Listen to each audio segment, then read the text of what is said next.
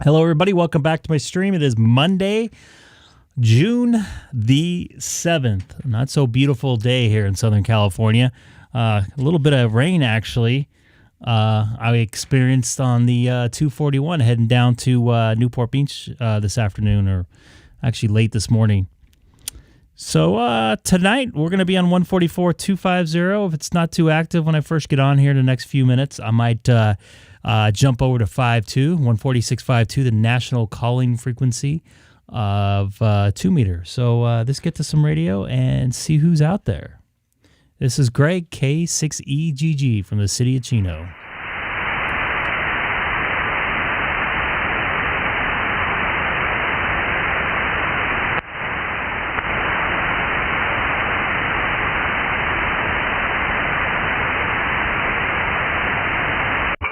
K6EGG monitoring 146.520 from the, actually it's 144.250 from the beautiful city of Chino.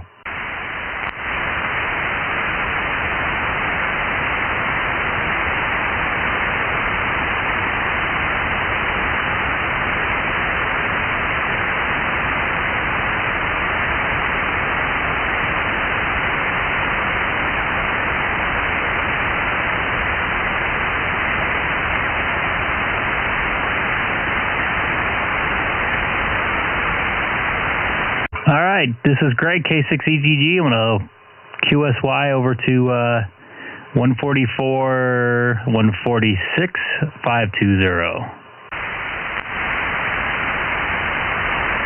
Calling new tower isn't always the most welcome.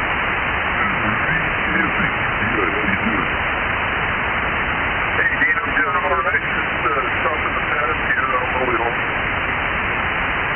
I was shouted for you earlier, but apparently you were at that location and didn't get to the radio. I was on the phone with my mom, most of your phone. Yeah, that's all it is.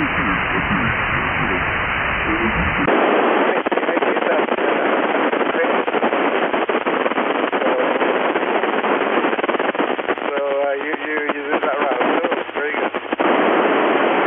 Yeah, it was pretty nice. Yeah, I didn't see the Metro link, but it was in downtown Rialto, so I think there was like a library there, or like a community center, and a police department, and what else? Maybe a park there. I don't know. There's maybe some women's center over there, or that could have been Montana. I forget. Yeah, that sounds right. Yeah, you were there. That's Rialto. Very good. Okay. Just passing by town, so I might use this. The name is Cornelio. I just don't remember if I said that. And the call is Kilo November 6 Charlie Zulu. Back to you. I got it. KN6EGG. I'm with the car right now myself. Very good. Nice meeting you and nice talking to you. You have a good day.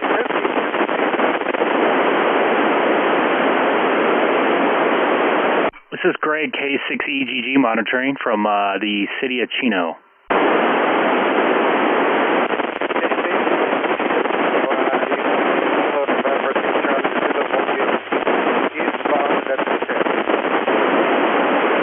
You're kind of cutting out just a tad for me. I think you said eastbound 210, but I can hear you cutting in and out a little bit, so I'll take a standby here for a sec. Okay, Chris, my power. How do you copy that? Actually, I got you a little better now. What was your call again? The call is Kilo November 6 Charlie Zulu. Charlie Zulu. That sounds familiar. I think I might have talked to you before. I think you might have been on the 210 as well. Nice talking to you again. What is your call and your name? This is Greg, K6EGG. I'm on a base in the city of Chino, about 2 miles north of the Chino airport. Okay, very good. Yes, probably I've talked to you before. Yeah, okay. Let's see. I just passed Baseline Road, so I think in a little while I'll be at a higher elevation. So it's going to be a clear shot towards you. excellent.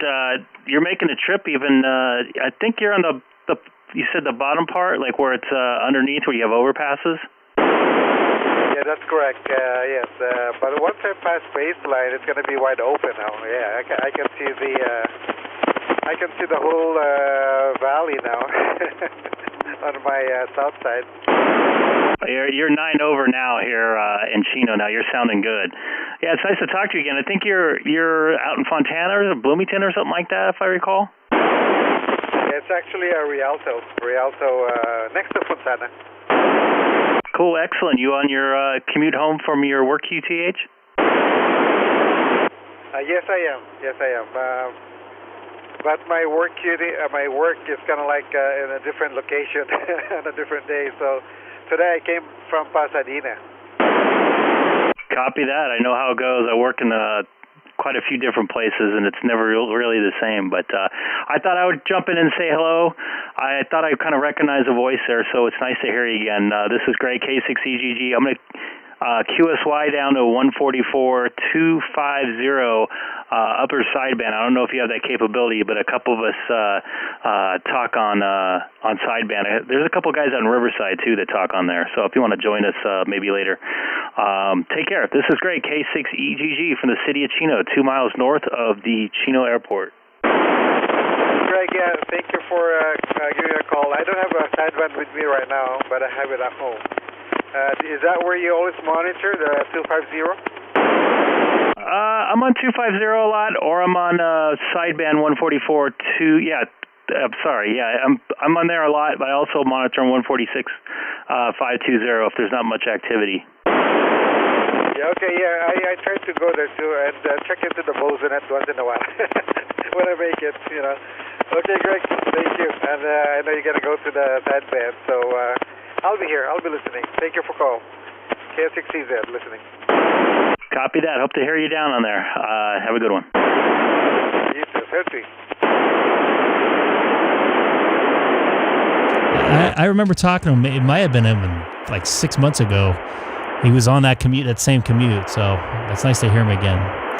Go back to sideband and see if there's anybody on the regular frequency I talk on here. So if anybody's in the chat, jump in and say hello.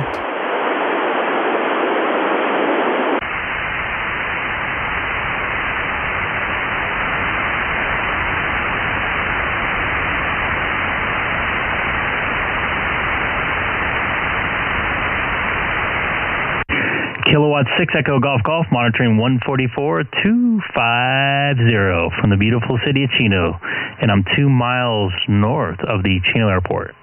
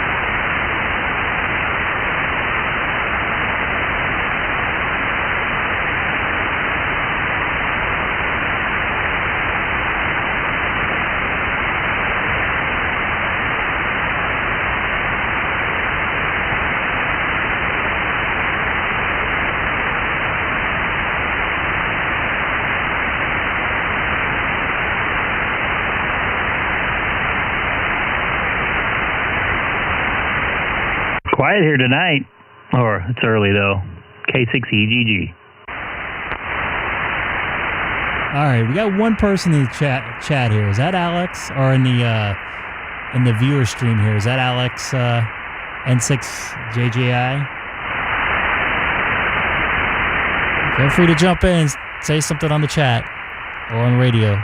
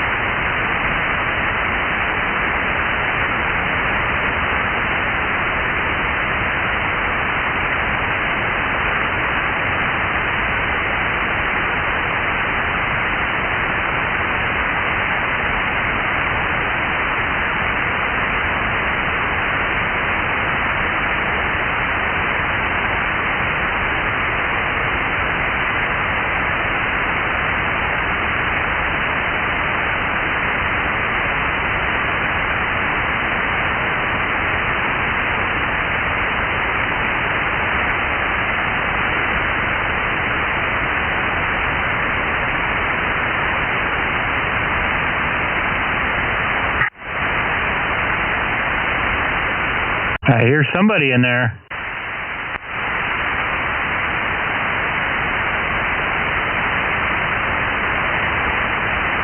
Hello?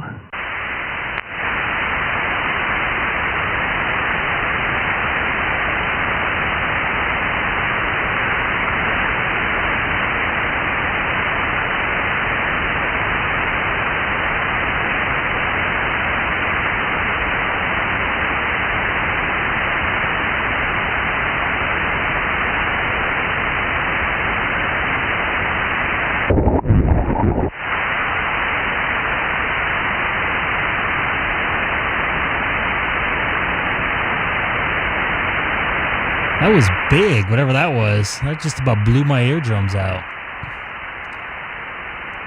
I wonder if anybody's home. Let me try again. K6EGG monitoring.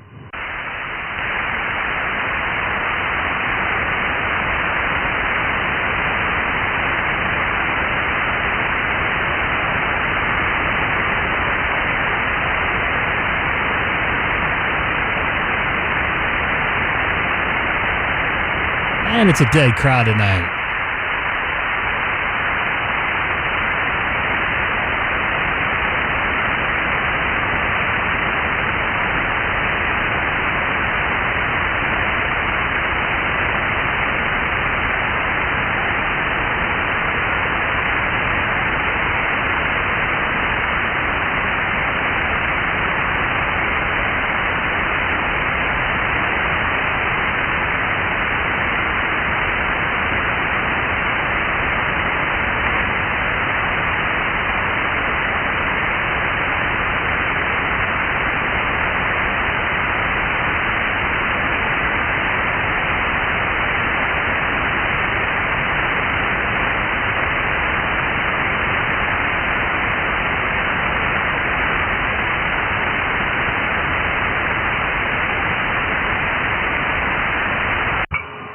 Kilowatt 6 Echo Golf Golf monitoring 144250. Anybody out there on frequency by chance? Seems a little quieter than normal.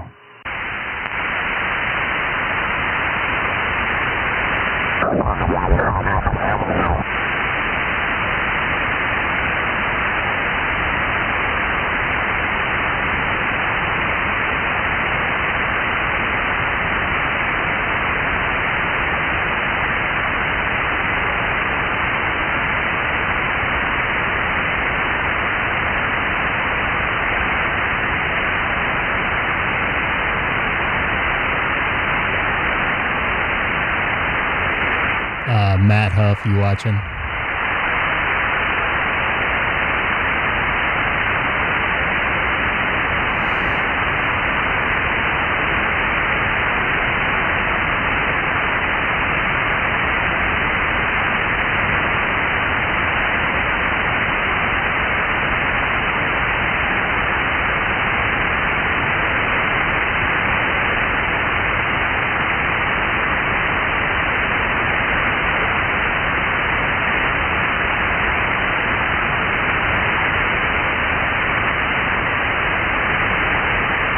So if you're wondering why I'm looking down here, I got my trusty computer here.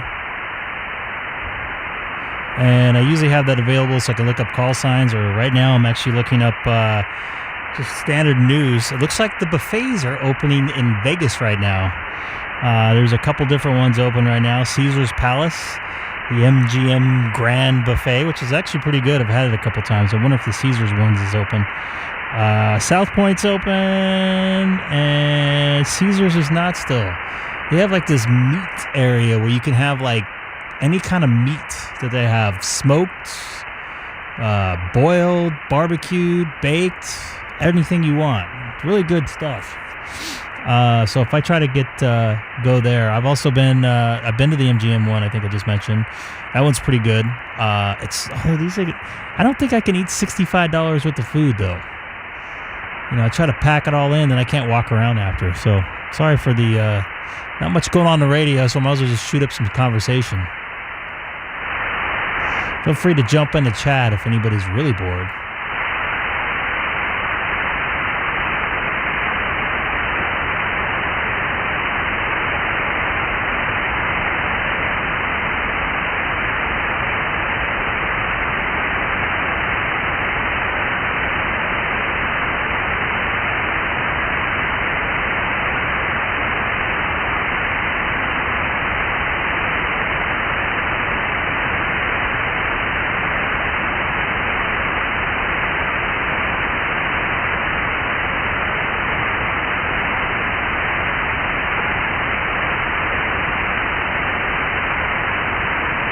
Figure I'll try again. K6EGG, monitoring 144.250. Not so beautiful Chino, California right now. A little cloudy. Quit complaining. You could be 110-degree weather up in the desert in 6JJI. Alex, I wouldn't mind that, though. I like the heat, especially the humidity, although that's not too humid out there. Did you get your radio back? Got the radio back, and the checkup that Icom recommended said it has to do with a firmware issue with a chip, and that there's no driver for it. And of course, everything works, power out, but it's transmitting double sideband, both LFB and USB at the same time. Digital readout is fading. You can't tell where you're at. You can't see the frequency is okay, but you put a switch in. You plug in this, push in this switch, and it's a number check on Icom, number check 7, and then you hear 2-meter sideband correctly. But I got to ship it back tomorrow. So I've talked to him about it and see what he could do. And that's it. It's going back, and I got the box. So it did have a kind of a crush side, like it hit a corner of something in the middle of the box on the top corner. So I'm not the corner, but in between the corners. So I don't know. This is my life. I got to do it again and again and again until I get it right.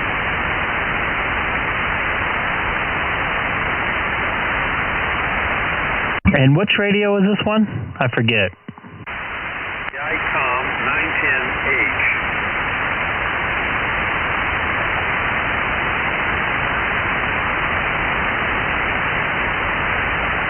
Well, I've never heard of a radio transmitting on 2 different bands at once, so that's pretty interesting. It's like, what do they call that, simulcasting? Well, sideband, there's 2 sides to AM, and that's sideband, so something's wrong that way. AM takes the same bandwidth as double sideband.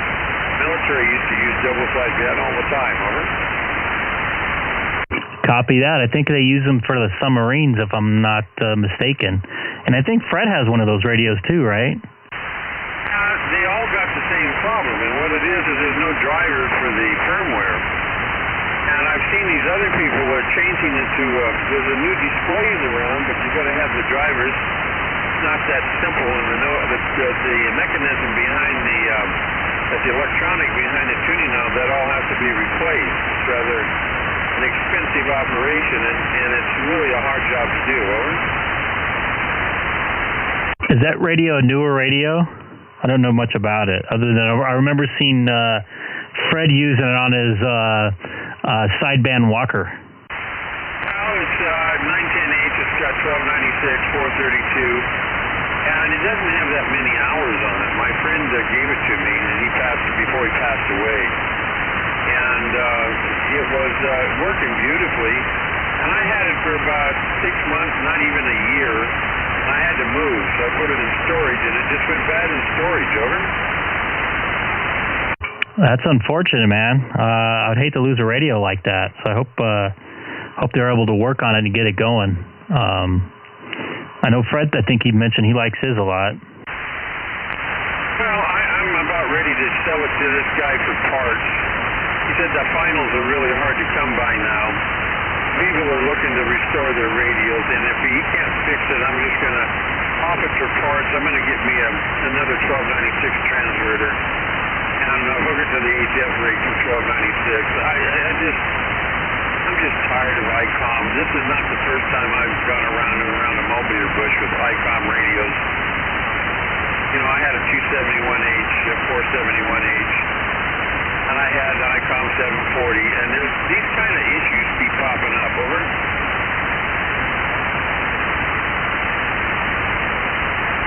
That's unfortunate.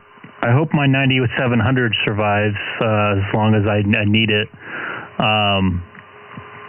But yeah, that's unfortunate. I know you didn't spend the money on the radio, but I know many people do spend a lot of money on those radios. So hope they get it going, get fixed, do something. You taking a look at all the radios that Icom no longer supports?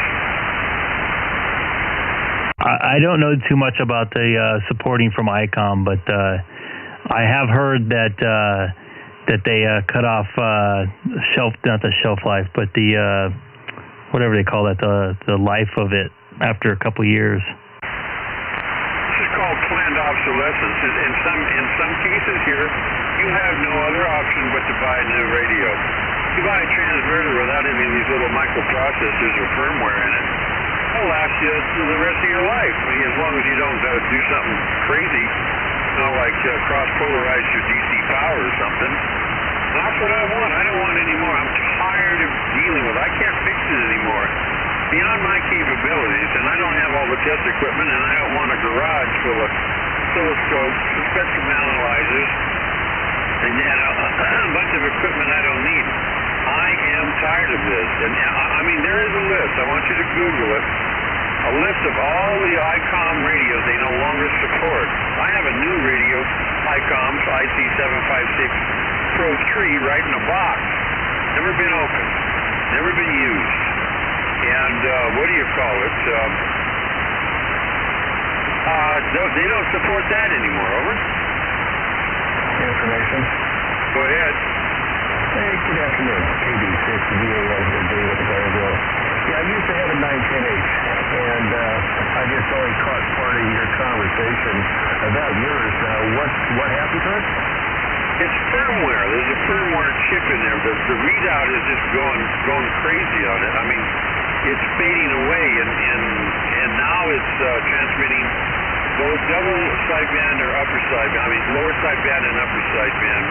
I can communicate with somebody, but I send it to the Icom tech, who is outside of Icom trying to support these old radios. But the finals are very hard to get. Everything works except for the digital readout and the control. The other thing that happened is, you know these little ribbon cables? Have you ever had that thing open up and look at them? Yeah, I bought mine new so many years ago, and it was slowly loaded and had everything in it. Because that radio originally didn't come with the 1.2. There was an add-on, compared to the new 9700. But yes, I've been in there and installed, I unplugged everything when I first got it and plugged it back in because it was sitting up on a shelf in somebody's closet for about 3 years. Well, this one's been sitting longer than that. For 6 months, not quite a year. I've moved 3 times, so I put it away.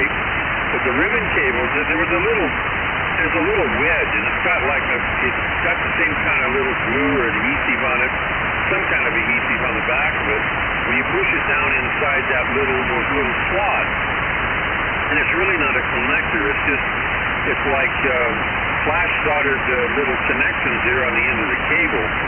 And you put it in there, and those things can pop out by themselves, heat and cold and all of that, and that adhesive decays. So that really didn't cause any problem. They popped out. One of them popped out. I put the 1296 in unit. I bought that separately, brand new. Put it in, and it worked for the 6 months. It was no big deal to get it in. But later on, from the hot and the cold and all of that, and being stored for so long, that little wedge gave up, and it popped out. Over. Okay. No, I understand, and I know what you're talking about. Those things are real touchy, but it is nice to hear some people on frequency now. If you're tuning in and you're new, don't forget to hit that subscribe button there on the bottom right somewhere. I'm not very good at this. Over that way? No, wait. That way. That way. Down there somewhere. I'm bad at that. Anyways, hit the subscribe button. Hopefully you can listen to some decent conversation here. Starting out a little quiet today, but that's not surprising.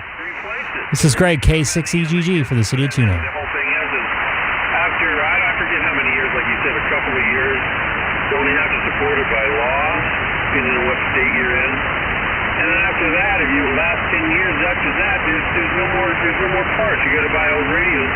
And this stuff is just too hard for me to work on anymore. My eyes have got myopia, and my hands have got arthritis, so it's too hard to hold anything like that, or a micro-solder type situation to get anything out of there. Forget it, man. I've had it. Over. Yeah, no, I understand. I have 4 736R. I can't even talk. 736Rs. I have 4 of them. One of them works totally completely. I have the other ones. One of them, the 440 finals are out, and another one's the 2-meter modules are out. I've got the 1.2. I've got the 6-meter modules for them. And there was a gentleman in Florida. I bought the complete rear end of a 736R for $45, and it came with the finals and everything. The finals were good, and so I've replaced all that. So now I've got 2 out of the 4 working. So it's just time consuming to get everything back together. But no, I understand about working on them. I'm the same way. I got arthritis in my hands, and I use the CBD. It helps on my hands. So no, I understand. KB6VAN. Yeah, okay, KB6VAN. I'm going to send it back to him one more time. But I see these things listed on with the 1296 unit is still good. So it's not just for $400, and the guy secured it when he sent it back for $7. But I want to get me a 25-watt transverter for 1296. With a little HF. And I've been studying this stuff that these truck drivers do, and there's some good 10-meter radios. Excellent sensitivity within 2 microvolts, 10 dB SINAT. And doggone, if you look at the boards from them, they develop this stuff and keep making it better, tossing around in them diesel trucks all over the country. They got to survive. These ribbon cables, that's not gonna work out. Nothing happened bad from the ribbon cable popping out. But what's happening inside this 910H is a pretty bad chip. And it's called firmware. And that's the problem, and that's the That effing hurts. Wearing headphones, by the way. I've never run across all that. And hopefully they can get it fixed. And if I hate for you to have to sell it for parts, but if that's the case, you got to do what you got to do. Well, thanks for letting me break in here. And once again, this is David, KB6VAN. You have a good evening. Yeah, Roger. Okay there, Dave. Yeah, thanks for talking to me. Anyway, 73 for now and 6JJI.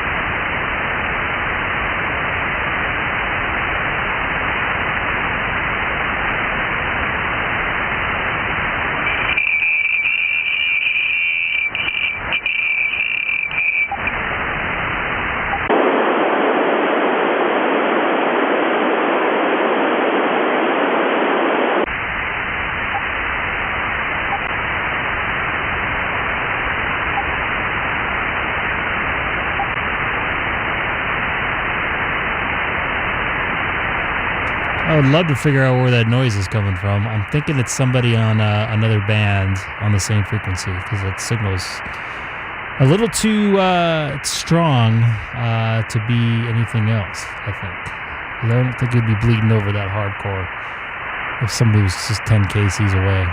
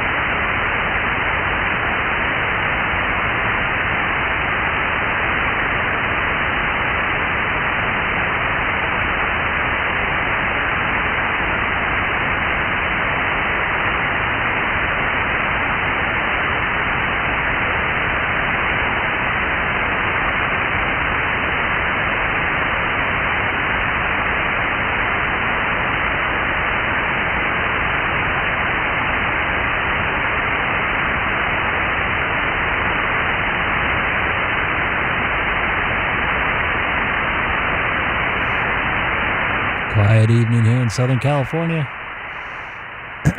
Might just turn the image of the radio on until some more people come out, and you guys don't need to see me watch me pick my nose and look down at my computer. So I should be back here. I'm not going anywhere. I'll be still listening. I just don't want to have my face on there if I'm not really talking or engaging with anybody on the radio or engaging with you like I am right now. So I'll be back here in just a few minutes.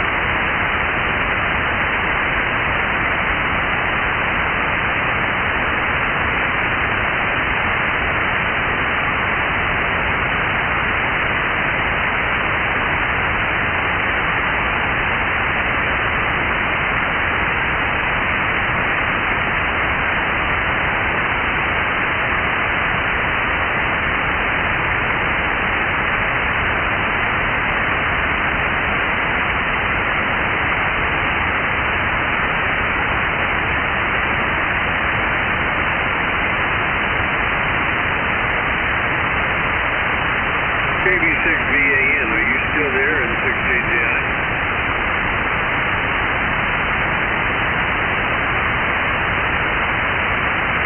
Guess not.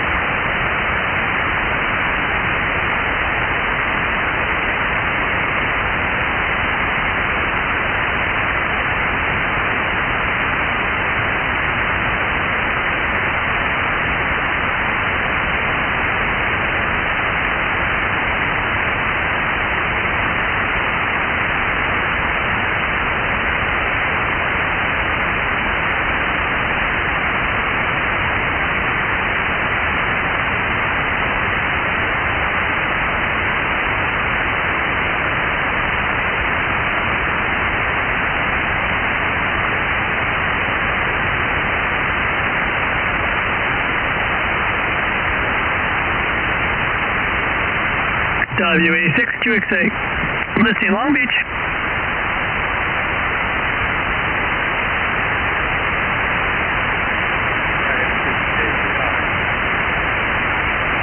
Hey Alex, what's happening?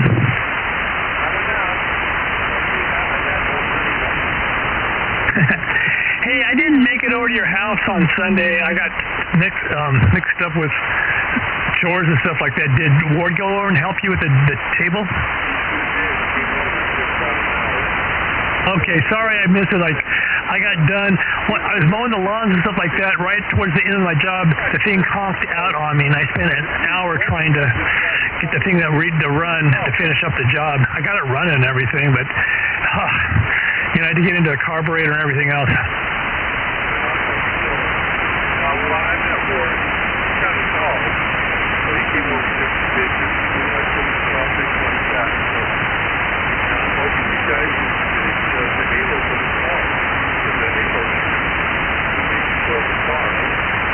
Make myself a car?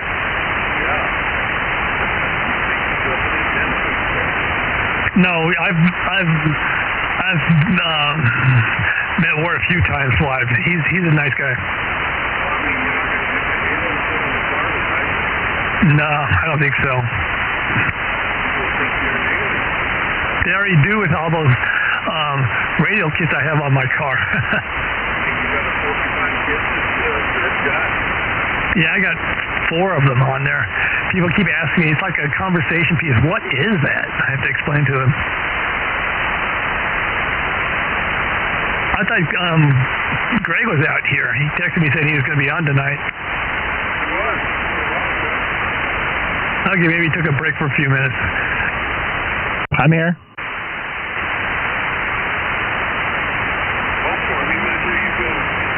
Hey Greg, you out there? K6EGG, WA6QXA, calling. I am. I've been monitoring. I just stepped out for a quick second, grab a drink of water. Did you get a chance to listen to yourself last night, or sometime since we last talked, to see how your new radio sounds to yourself? I spent a lot of time last night listening, and pretty impressed with the stock mic. Yeah, it's definitely really good. I am shocked myself. I'm almost thinking about going to a stock mic for myself, but I like having the foot switch. Well, I don't think if you went back to a stock mic, it would sound as good as your nice mic. But for free, as part of the deal, it's not bad at all. No, not at all. I went on my stock mic one night, and I think the only person that noticed was Curtis, if I'm correct. And I don't know if I had myself on the screen. I don't know if he was looking on YouTube or not. Yeah, okay, yeah. And I felt like my sound was fairly natural. I didn't really felt I needed to do at this stage of the game much more, because you guys kind of helped me to boost this, boost that. So I think it's about where I need to keep it for right now. Yeah, I mean, as we talked last night, you added a little more treble in and a little tiny bit of bass in, and just tweaked the compressor and gain a little bit. It really made a difference. I don't know if you can go back from the beginning of where you started before we did that. You can probably tell the difference in the way you sound to me. Yeah, I actually did that last night, but I'd like to go through it a second time too, and so I definitely noticed an improvement in everything.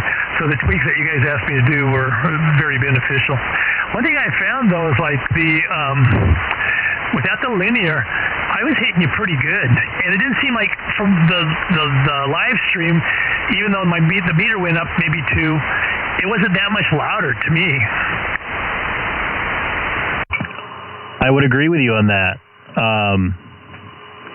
It's only 60 watt difference, so it's not too drastic, but it's enough you'll notice it on the meter for sure. But the audio was sounding just as clean.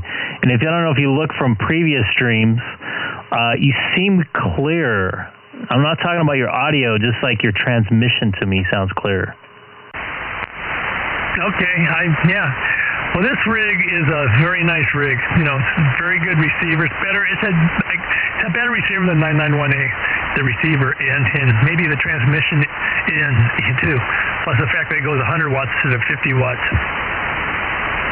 Yeah, we have to try D-Star one of these days. I'm probably in a position where I could probably hear you. Would you want to hit a reflector? Would you want to or a repeater, or do you want to just go simplex? Probably simplex, just to try it out at first. I only have a couple D-Star repeaters in, and I've heard very little traffic on them. I have the simplex. I have the simplex frequency written down on some paper. We could go do it tonight if you want to. You can do it right now if you want. A second to dig up the frequency. It's 145 something or other. Hang on a second, okay, and I'll dig it up. And Alex, if you want, do you have a D-Star capable radio? I got two of them, but they're above me, sitting up on top. I got two Icons, but I'm not gonna mess with that. They're not hooked up. But anyway, index is. Copy that, Alex. We'll just be up there for a minute and come on back.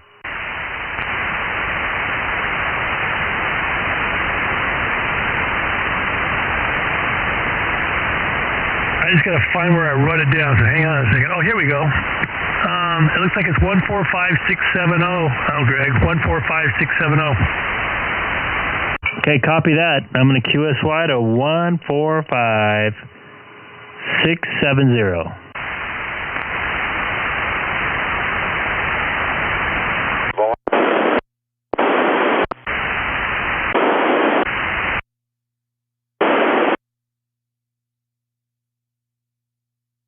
Hey, and actually have it put in my memories. How about that? So let's see if he hears me.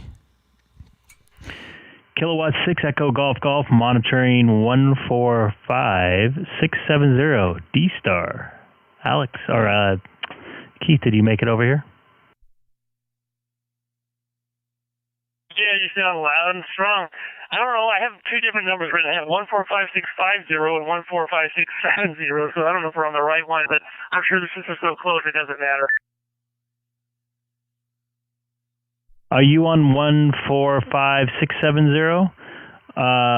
This is actually the calling frequency I think I put in to my memories. And I got this on the stream right now if you want to listen to it. I hate the way digital sounds, to be honest with you. Yeah, so I think this is the right one. You think it's the right one also? I think it is, yeah. Definitely I think it is. Well, if it's any consolation, D-Star sounds cleaner than Fusion Digital. And I think D-Star sounds like garbage. By the way, you're going to have to put your call sign into your radio. It'll print up on my screen. There's a few little things I need to still do with this thing. There's a lot of things I need to do. I don't have any stations even programmed in this thing yet, so I gotta manually turn the dial every time I go someplace. But I did on Sunday. I bought a SD card, and I got my PC laptop back from my son, so I can start doing some of this stuff. Maybe upgrade the software on Icon. Yeah, definitely upgrading the firmware, get it up to date will maximize your experience. I noticed a few subtle differences. I think they're listed on the site. I think one of them might be D-Star, but I'm not 100% sure. But in theory, if you get everything programmed into your radio, you could go to My Station and type in your call letters. You're technically, I think, supposed to have that on when you're talking on D-Star. Really? Well, that's what they say. I personally don't care, but I like to see, send out my call letters. I got it all programmed on my 7100. I just, just got the radio Saturday phone and everything dialed in here. But I'll get there. Does my call letter show up on your screen? I didn't. Talk right again. How about now? 1, 2, 3, 4, 5. K6EGG from the city of Chino. Yeah, no. And I know I've talked to Fred on D-Star, like we're doing right now, and it was doing it on his, so I don't know why it's not doing it right now. So I've learned that you got to turn your mic gain way down. So I got mine at like 14%. How does my audio sound? I left it the same. The same? The mic gain the same as slide down? That's a affirmative. Out of curiosity, drop it down to, like, let's say 14% so I can tell, see if I can hear a difference.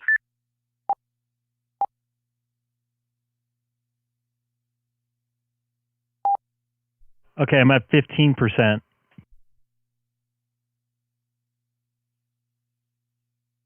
That time it echoed back, K6EGG. Yeah, I've learned that with D-Star, you got to have your mic gain a lot lower than other stuff. You don't sound as loud, but you sound like less, sound cleaner. You know what I mean? Like maybe you were overmodulating the hair. It's definitely a possibility. I mean, it's different settings for a different band, and digital is definitely more susceptible to gain issues on mic gain and audio levels and stuff like that. So definitely see where you're coming from on that. I just wonder why my call sign isn't going out. It should. I see it pop up on my screen when I transmit. Yeah, go to 20% now.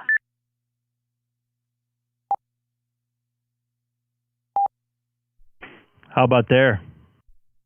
That's pretty good. I'm going to turn it up to 20% too, see if you think I sound any better. Because I'm at 14.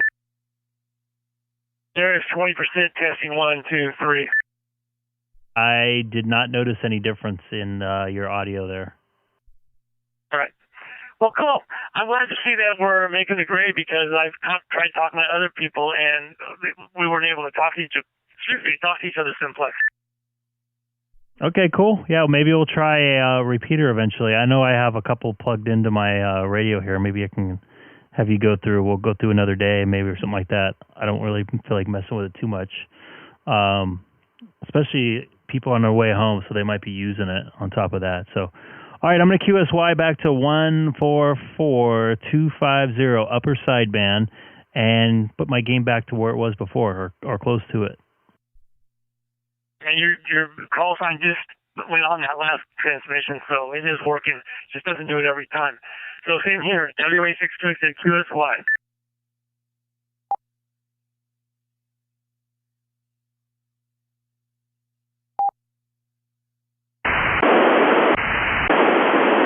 White Harbor, over. QSL.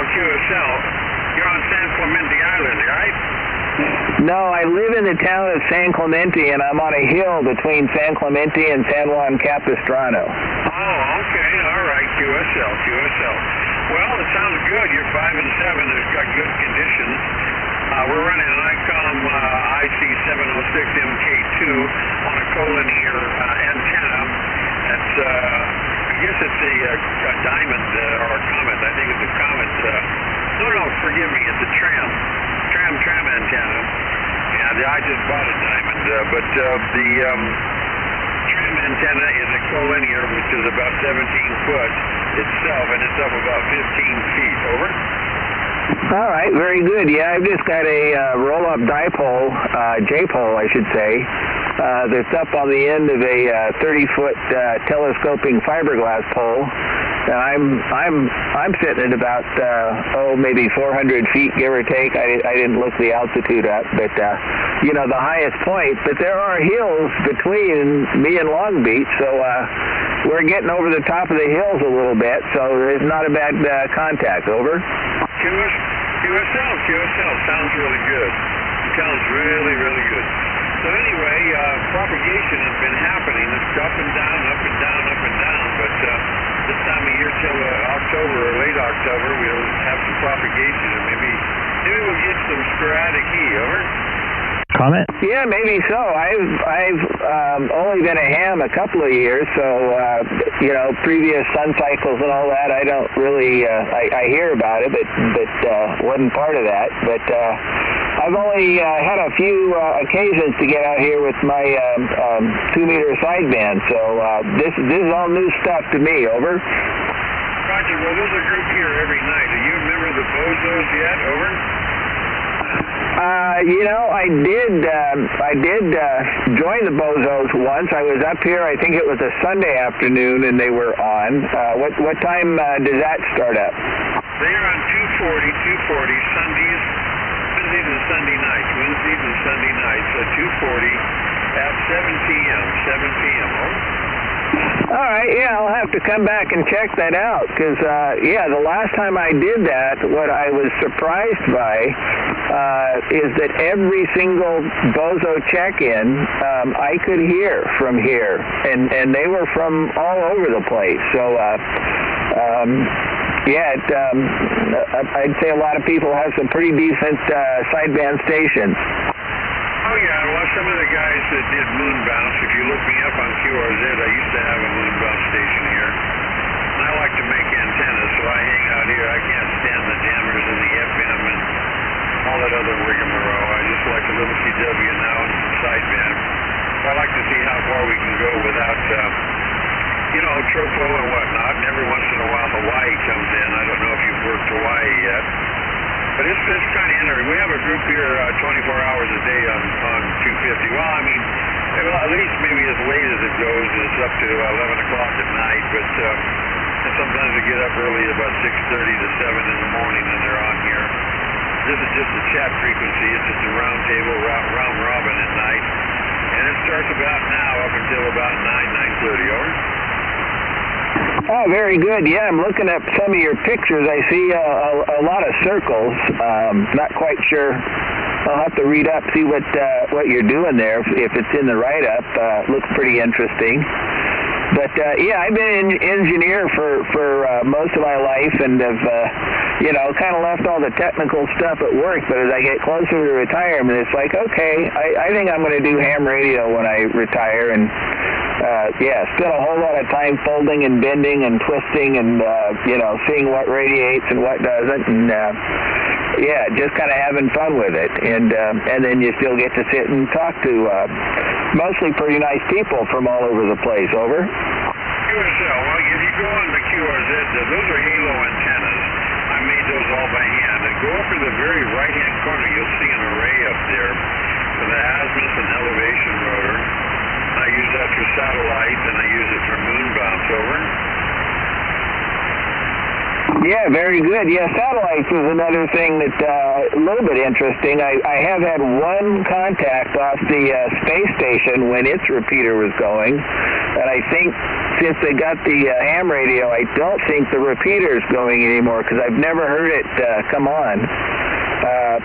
You mentioned Hawaii. I did have my first 6-meter contact with Hawaii from the mobile rig last week, so that was kind of cool. But 2 meters, I've yet to get 2 meters outside of California. Over. Oh, I have many times. But Hawaii, if you go up to Palos Verdes, and when the beacon is in, you'll be able. And if someone goes up there to where the beacon is, there was K6EGG, but I guess he's passed away.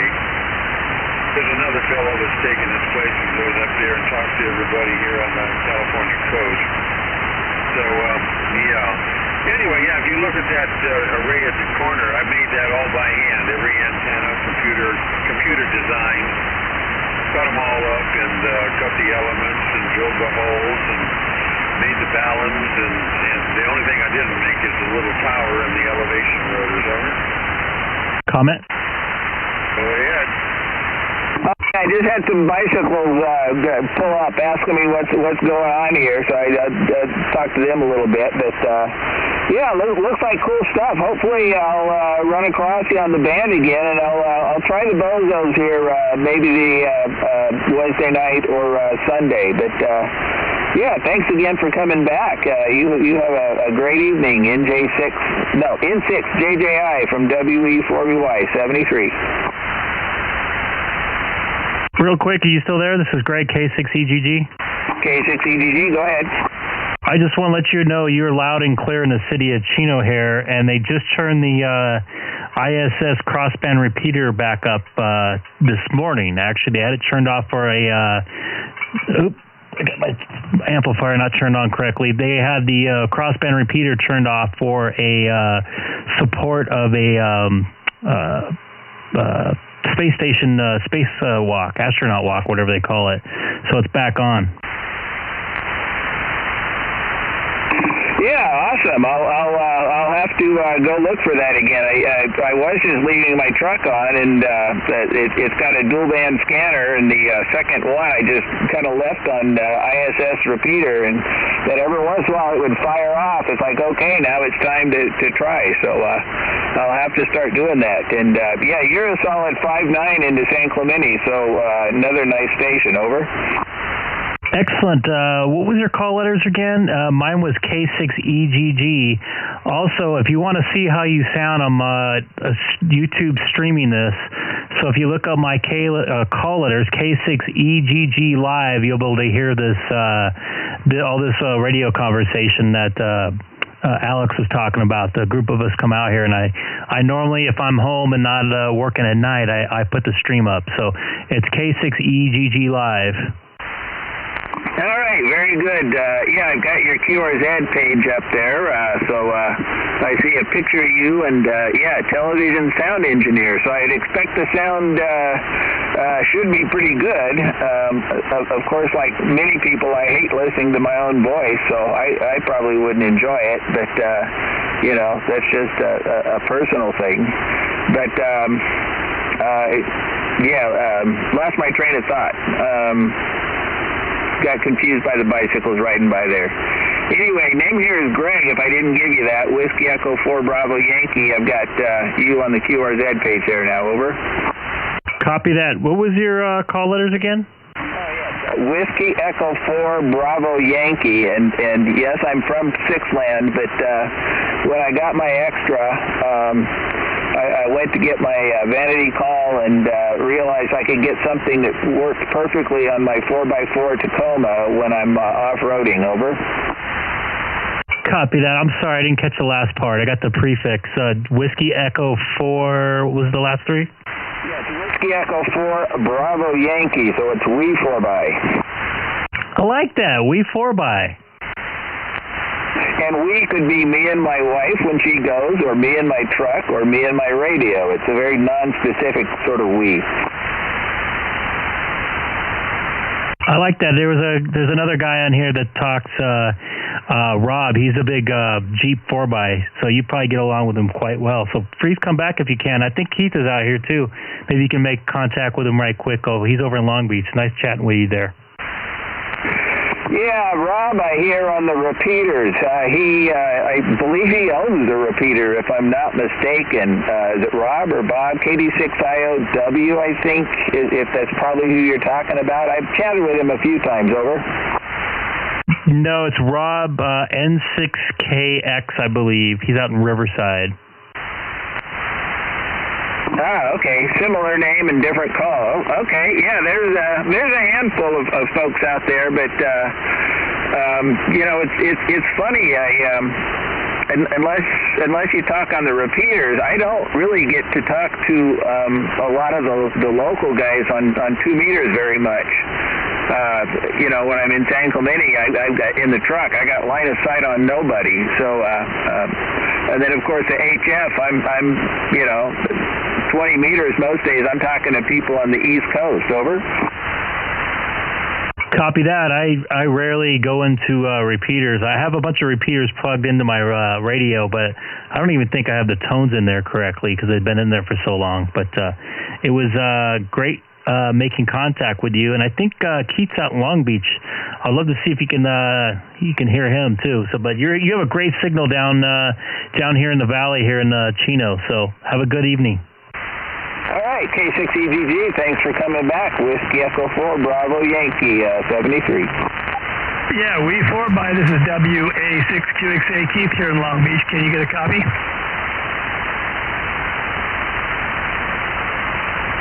I got WA6 and it had a Q in it, but I was trying to type as you talked and I wasn't fast enough. I've been accused of talking too fast. It's a bad habit.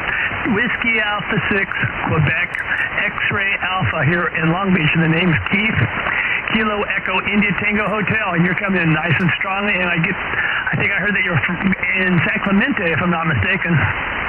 You are correct, and you're a solid 5.7 into San Clemente. I'm on a hilltop with a Yaesu FT991 at 50 watts, a lithium battery, and I've got a roll-up J-pole at the top of it, sitting about 30 feet off the top of the hill here. Over.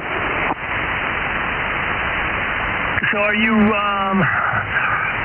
like not at your base station? You're out in the hills or something? I'm not sure I followed you. I am in the hills. That is absolutely correct. I've got a station, a portable station that I'm kind of getting set up. I want to try to do some soda hills, but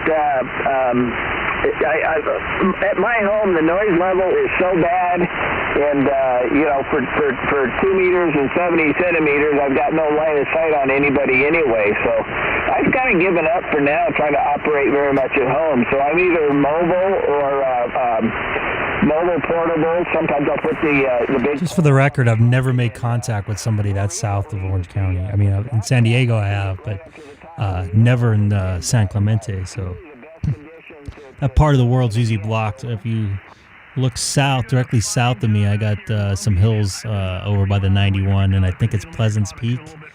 I think it's called, something like that. Or I know Santiago's kind of in the way too. All right, well, very good. So my wife just texted me wondering what time we're going to have dinner. So I guess that means it's time for me to collapse the antenna here and strap the backpack on and hike down the hill. But the good news with the J-pole, it's a lot less effort to fold everything up than it is with the big inverted V 20-meter dipole. Over. Roger that. Well, thanks for coming out tonight, and come out here 144.250 anytime. We typically are around here in the evenings almost every night, so great talking to you. Did you say your name was Greg? I did say that, and yeah, it's good to know. I know if I try 144-200, get mostly crickets there, and somebody suggested this frequency. So yeah, glad I came over here and found you guys. And yeah, hey, we got some people figuring out we're on the air now. That's great. Over. Yeah, this is definitely the most the busiest frequency for 2-meter sideband down here in Southern California. I don't know about San Diego too much, but Orange County, LA County, San Bernardino, Riverside area, definitely the busiest frequency. So yeah, come out here anytime. We love talking to people. We're not afraid to give radio checks and this, that, and the other, and talk about antennas or whatever else ham related. All right, very good. So anyway, this is Whiskey Echo 4 Bravo Yankee. I am clear with Whiskey After 6 Quebec X-Ray Alpha. I'm going to say 73 and go QRT on your final. Don't go away yet. Fred wants to talk to you now. You're not going to get away that soon. All right, 73, great talking to you. Come back soon. Fred wants to say hi to you. Hi, Fred. Yeah, hi. Can you come back with your call a little slower? I can't type that fast. Sure, it's Whiskey Echo 4 Bravo Yankee. We pronounce that we for by. Okay, really good. Yeah, real good.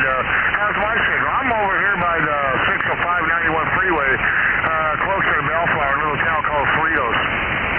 Okay, yeah, I know where that is. I've been in Orange County the last 40 years, so I kind of know where most of the things are. But yeah, ended up down here in San Clemente, where if I'm not on a hilltop, I can't talk to anybody. But from up here, I got good line of sight to a good part of Orange County and LA. Over. Well, you come up here and do some testing. Maybe we might make you work on your house. You don't know. That's what we do down here. A lot of testing to make things work. Let me give another call. Hey, AB6AB, Ron, he's 20 miles east of Temecula. Are you out there, Ron? Can you hear Willie? I guess Ron ain't out there. Another guy in Temecula I talk to all the time. Anyway, we're out here 7 days a week. We do a lot of testing here with microphones and antennas and grounding and counterpoise and radios and everything that help you make your radios talk. So here's where you do a lot of good testing to get that thing smoking. All right. Well, as long as I'm doing portable, it's a little bit challenging, but there's certainly no reason I couldn't do a big collinear on a 30-foot pole and get the gain up a little bit. So I'm sure there's plenty I can do, but for right now, I'm just having fun hiking up the hill and, hiking back down, getting my exercise and chatting a little bit, and contacts are pretty fair, over. Yeah, we got a couple other guys in the high desert. The high desert, are you guys on frequency 9, AJ60 in Apple Valley? He's not on, but anyway, later on he'll come on the evening, the high desert, a lot of people high desert up there. So you can find a lot of people all over the place up there. All you got to do is call. All right, very good. Well, like I said, I was on here one night when the bozo net was firing up, so I got myself a bozo number, and then I listened for about 45 minutes, and I could hear every single station, so I know they're out there. So anyway, I better go QRT, fold this up, and get my butt down the hill, because dinner's going to get cold, and the sun's going to set. And Mama's going to get him. I got about a 30-minute hike ahead of me, over. Okay, what do you want, a hot radio or a cold dinner? Well, yeah, I want a happy wife. Okay, Greg, head down the hill, and I'm going to throw it up in the air. I guess Keith can pick it up next. K6 West, 73s. All right, 73, Whiskey Echo 4 Bravo Yankee. Clear, and QRT. Hello, Greg. K6EGG, are you out there, KFX West? I am out here. How you doing, Fred? Good. Anyway, Ron did a lot of experimenting today. We did some more experimenting.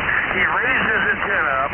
His signal came up to me. So I said today, hey, see if you can key Catalina repeater. Well, he keyed it up, but I couldn't hear him very good. Okay, and I had him go to Big Bear, and he couldn't do that very good. So then Ron threw the radios on top of the roof.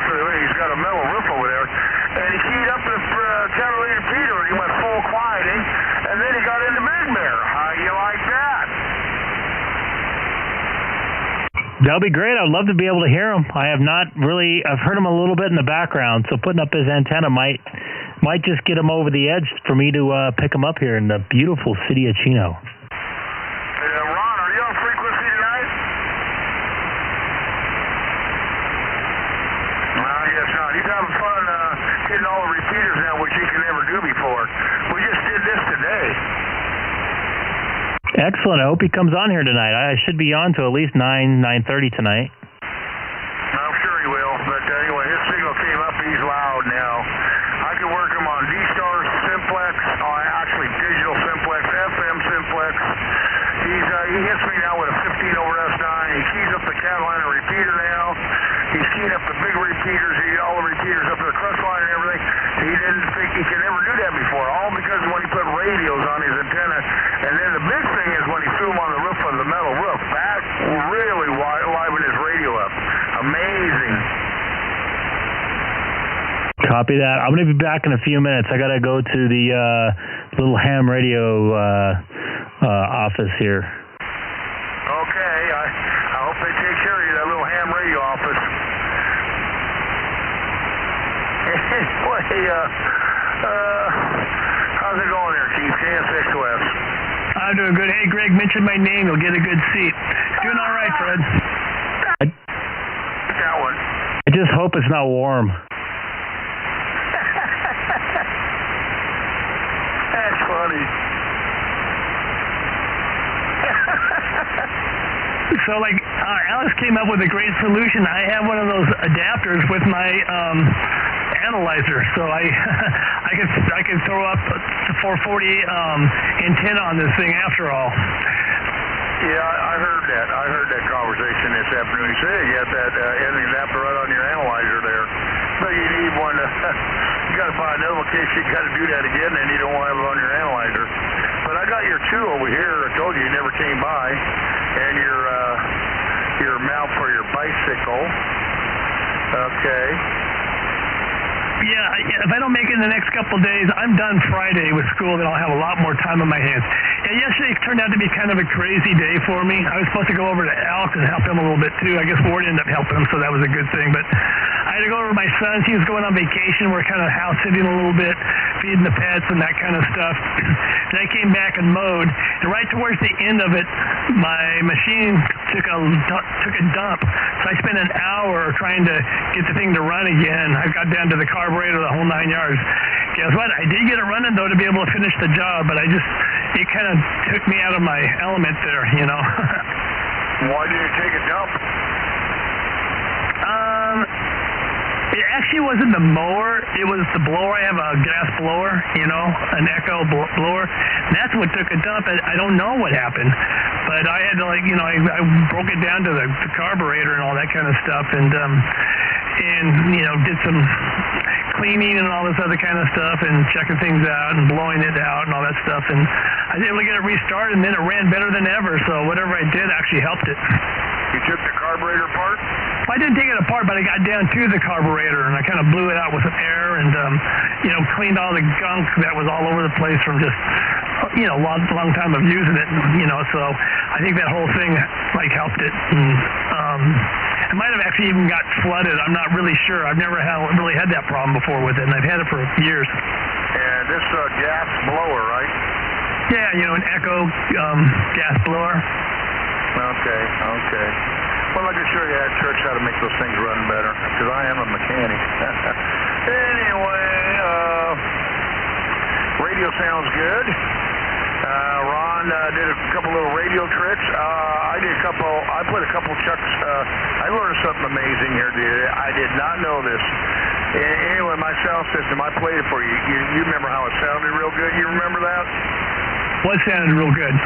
My sound system, my big mixing board, the sound system downstairs, I showed it to you. Oh, yeah, that thing's awesome. I put some chokes on it. God, it even made it cleaner yet. I couldn't believe it. Oh, you'd never done that before to it? Now, chokes. Okay, very good. Yeah, nice.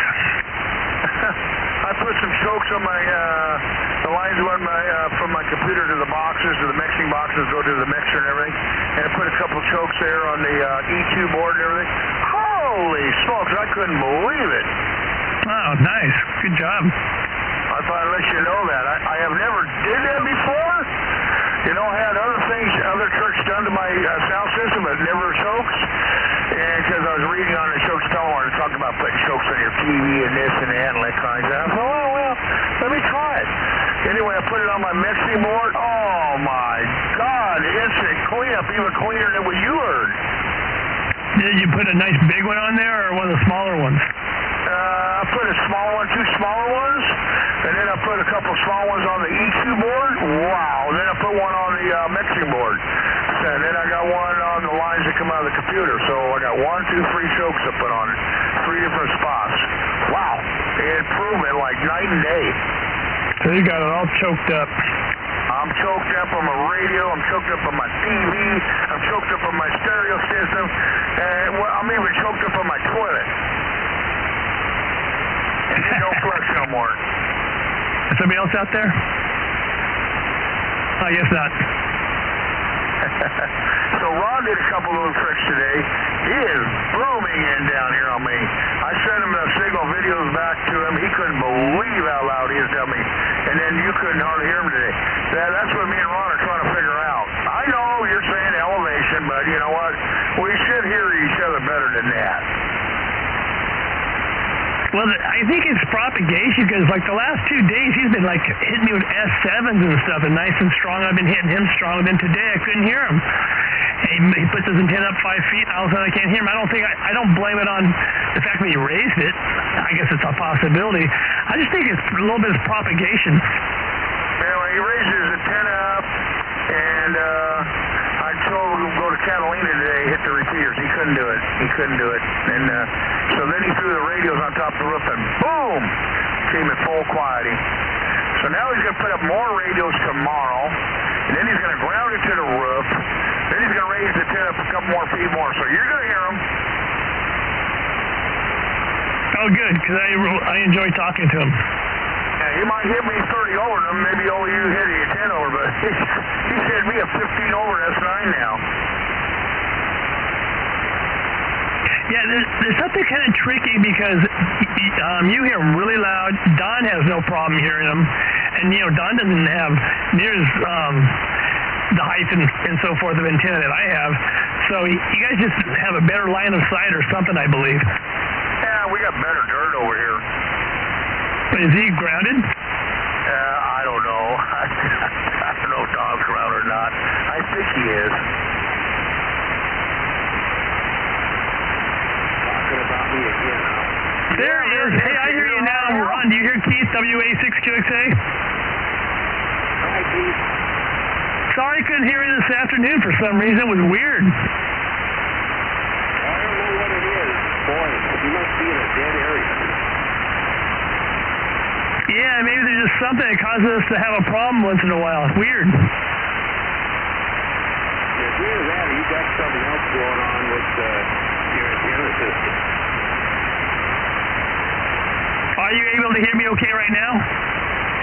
Yeah, you're just above the noise level, but I can hear you. Okay, could you hear me this afternoon? Not at all. Yeah, see, that's what I mean. You couldn't hear me, I couldn't hear you, so I think it might have just been propagation. Yeah, but how am I over there, Freddie? Oh, you're real good. You're real good. Yeah, that's what I mean. He's not that far away from me. That's what me and Ron can't figure out, because you're not that far away from me, And I talked to Ron on the bicycle, the mobile, and everything, so I don't know what's going on. Anyway, Ron, did you find out you could hit more repeaters up there, or what? Not yet, but I had a nice QSO on the Catalina repeater. Oh, really? Yeah, I talked to Dave, K6EGG. Okay. Yeah, I'm good QSO with it. Nice guy. So now you're getting into Catalina. You're reaching out and touching someone now. Yeah, I was amazed. We had a good QSO. Yeah, see? Now you're going to Catalina. See, like I made you try that today. Remember that? Because you didn't even think about it. Hey, see if we can hit Catalina now. That's just what I can't figure out, why I'm such a hard time with Keith. All right, I don't know. Are you on the 9700, Keith? Anyway, when you told the guy in Catalina where you're at, what did he think? I thought that was pretty amazing. Hey, Keith. Hey, Keith.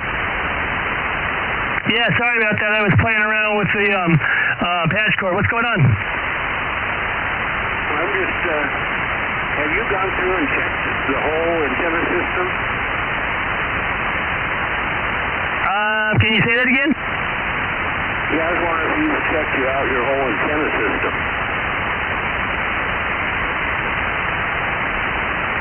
He wants to know, do you check your whole antenna system, every little detail?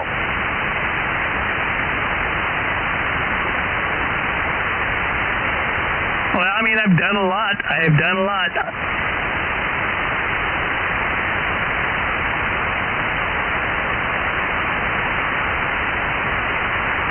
How'd that QSO started with that Catalina? You broke in there, or you heard him, you answered him back? How'd that all start up? No, I put a call out to you. I thought maybe you might be around there. Okay, and then he answered the call? Yeah, he said Freddie's not here. Oh, he knew me? Evidently. Okay, and then what did you tell him where you're at right away, or he didn't know, or what? Yeah, I told him I was about 17 miles due east of Temecula. What did he say to that? Yeah, I thought it was pretty amazing that I was in the repeater that well. Did he say, what are you running, what are you doing? Oh, my friend Sola. Yeah.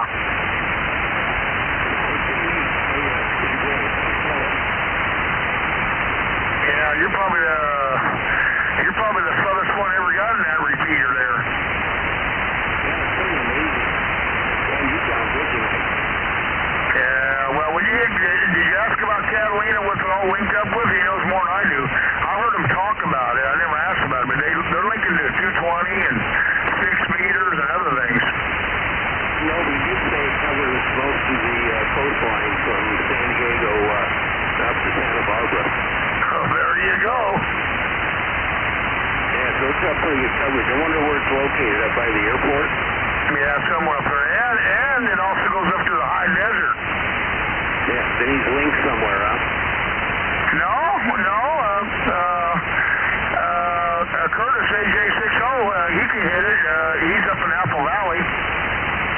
That's amazing. Of course, they got a heck of a reflector there, all that salt water.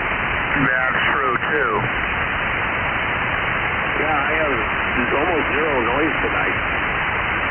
Oh, yeah, you got that light fixed. Yeah, the light and whatever was putting it in here last night. Well, yeah, look what I did. I told you, you gotta try. You never would have tried it, never probably would have went there, and never thought you could hit it. Until I pushed you and say, hey, go key Catalina up. You know, I kept pushing you to go over there. See, now you know. Yeah, I think Freddie was just throwing those radios on the roof. Because I told you the first time you keyed it up and I couldn't even hear you. And then you phoned me back on the phone and it came up and I go, whoa! It was like you turned the light bulb on. Yeah, that was after I threw the radios up there and I said, you know, just for giggles, I'm going to try this. Well, that's what I've been doing in my station. Just playing with this and playing with that and getting better and better. So I can't wait till you throw some more radios on that antenna, which I think you should do because it made a big improvement. Maybe make them longer. Well, I don't know how long you got them, 7 feet long? I think you should cut 3 or 4 more at 14 feet long and ground them to the roof, at least one of them. You get that metal real shiny ground to the roof, and that'll make a big difference because we see what happened today. And then when we put your counterpoise in, whoo!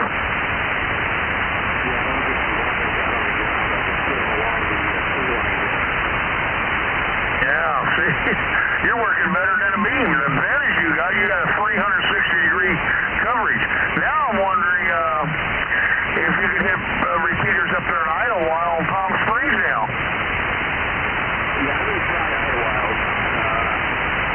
I can see it, but that was about it. Palm Springs, probably not. That's nothing. But Idlewild, you already tried, you can key it up? Yeah, that was before. Oh, that was before. You haven't tried it today. No, I haven't tried it today. Idlewild, and they also have a repeater up at the top of the lift there.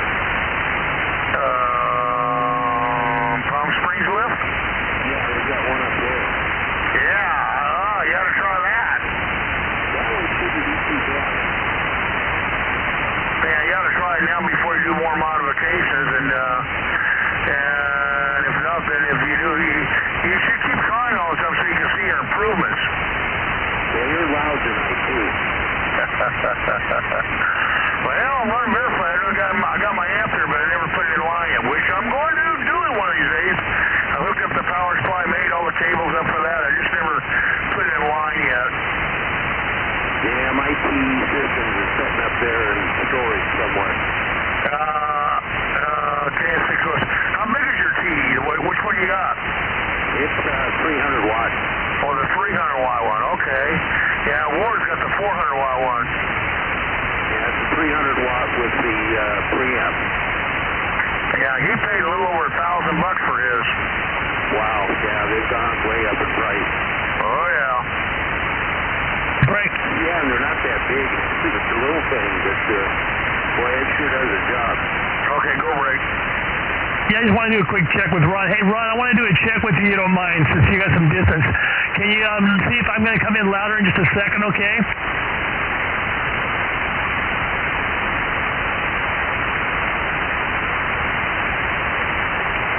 Did you see my signal go up right then? Testing 1, 2, 3.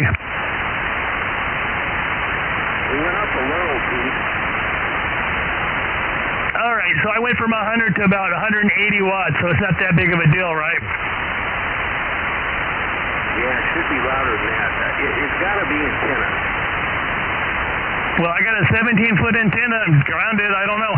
I just really feel that maybe I'm in a spot that there's something in the way, because if Don can hear you better than me, that tells me something, because he doesn't have that great of antennas and height going for him. Yeah, Don and I can talk, no problem. You just maybe just in a dead area there. That's how I feel, because I'm talking up to Curtis at the up in Apple Valley and everything else. So I don't know. I just think that there must be a dead area. And there's times where you're really loud, and there's other times it's not as loud. So it's just one of those things. Hey, it's time for you to sell the house and move. Yeah, move out of California is what I'd like to do. Yeah, I'll agree to that. Back to Arizona. Hey, how'd you like it where you used to live? I've been considering that area. No, I love Prescott. The only problem is so many Californians that live in there, they're going to destroy that too. What are they, good Californians or the other ones? No, the Californians, they ain't going to ruin Prescott. That's too bad. What made you move back? Well, we sold the house and we went full-time RVing. So we decided to either the house or the motorhome. So we decided on the motorhome. Oh, that makes sense. I gotcha. Okay. Very good. Yeah, all my family is from Prescott, so I know that town well. I've been going there since I was a little kid, back in the 50s. All right, I turned the power off since it wasn't making that big of a difference. All right, yeah, I want to explore that town. I've heard a lot of good things about it. Yeah, it's a nice town. It's a lot of fun, some nice people, but like I say, they're trying to turn it into California. So it's got some pretty good elevation, right? Isn't that around, 5,000 feet or something like that? Yeah, it's a mile high. It's a mile high city. So does it snow that much there? Oh, yeah. We had a 130-foot driveway. I got the hand shovel. Oh, that's fun. Is it the kind of snow that melts the next day, or it stays out on the ground for a while? Yeah, it depends on how much we get. We've had some that would last a week or so. Okay, I didn't know it snowed that badly there. I don't like the snow that much. Yeah, it snows, and you get some neat monsoon rainstorms. Yeah, I hear you get those like in the summertime, maybe like August or something. Usually they start on July 4th and come through the Frontier Days, the rodeo and everything, and go through September. Roger. All right, I'll hand it back to Fred. Sorry, Fred, I just want to get a quick check. No, that's okay. Yeah, that's fine, Keith. With Fred, he and I are so close that the check wouldn't make a lot of difference, but with that distance that you had, I felt it'd be a great check. You got the amp off now? Right, I turned it off last QSO. Actually, you're the same signal strength you were with it on. Yeah, you got louder with me too, so it's kind of going up and down a little bit tonight for me. Yeah, it's same conditions, but I can copy you now. Very good. Anyway, I'll turn it around to Fred, and I'll be listening. Okay, Keith, hey, 73 guys. Have a good day tomorrow at school. Thank you. 73 to you too. Okay, I'm gonna turn on my mic gain when I normally. This is what I normally run, Ron. Did I get louder? Yeah, a little bit. I had the mic gain down low for D-start. Yeah, I'm running about 65 right now. Yeah, you sound good. You sound good. Yeah, what improvements since the last couple of weeks. Big improvements, everything you did. Well, I'm happy the antenna's up there now, and I don't have to worry about that tripod that's flipping over. Yeah, you got rid of the noise. You got an LED light by you now. You're getting there one step at a time. That's what I tell Keith. Take these little baby steps. Yeah, Keith's running LM400, isn't he? Yeah, he's running LMR 400, yeah. Hey, Keith, that's 400, right? Yep, Roger. Yeah, the only thing you got left is go to 600. Yeah, that might be something I might do down the road for sure. How long a run does he have, Freddie? You're under 50 feet, right? I think that's what I think he was. You're under 50 feet on the clutch cable right there, Keith? It's actually a 50-foot roll. Yeah, and I'm using almost all of it. He's running a 50-foot roll. Now, I wonder if he went to LMR 600 or moved that antenna to where he could cut down that coax link. Yeah, that's what I'm telling you. You know, you can't cut down a coax cable link because he's using it all. So his other thing is either go to LMR 600 or move the antenna over a foot or two. That's all it takes sometimes.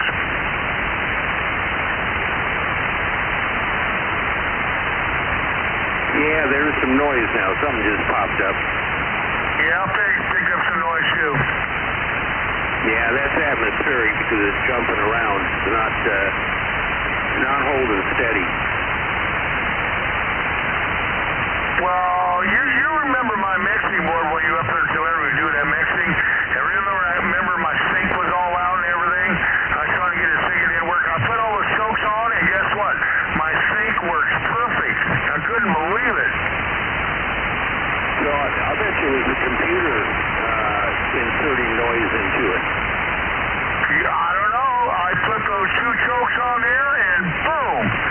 My fancy program worked perfect. I never had it working perfect like that in 5-6 years. Never. I got it close. I've been fine-tuning it and doing this and that, but never 100% perfect. I put the chokes on, bam, it was done. Yeah, I'll bet it was noise from the computer causing it.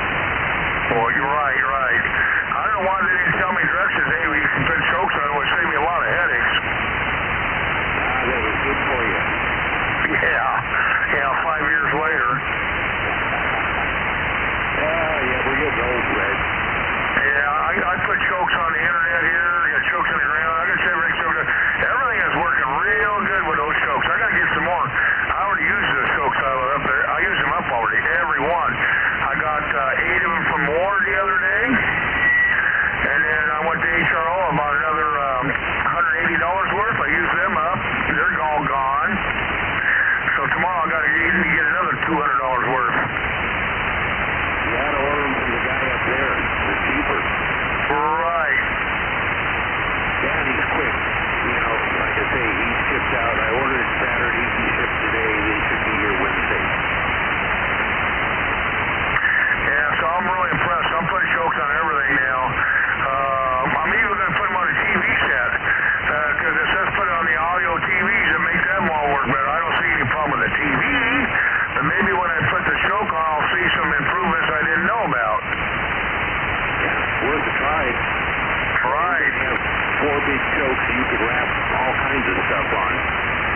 Right. I was going to put one on each arm. Yeah, you could probably just about put your fist through it. I can be well choked up. Yeah, I'll tell you. I've never seen a toy that big.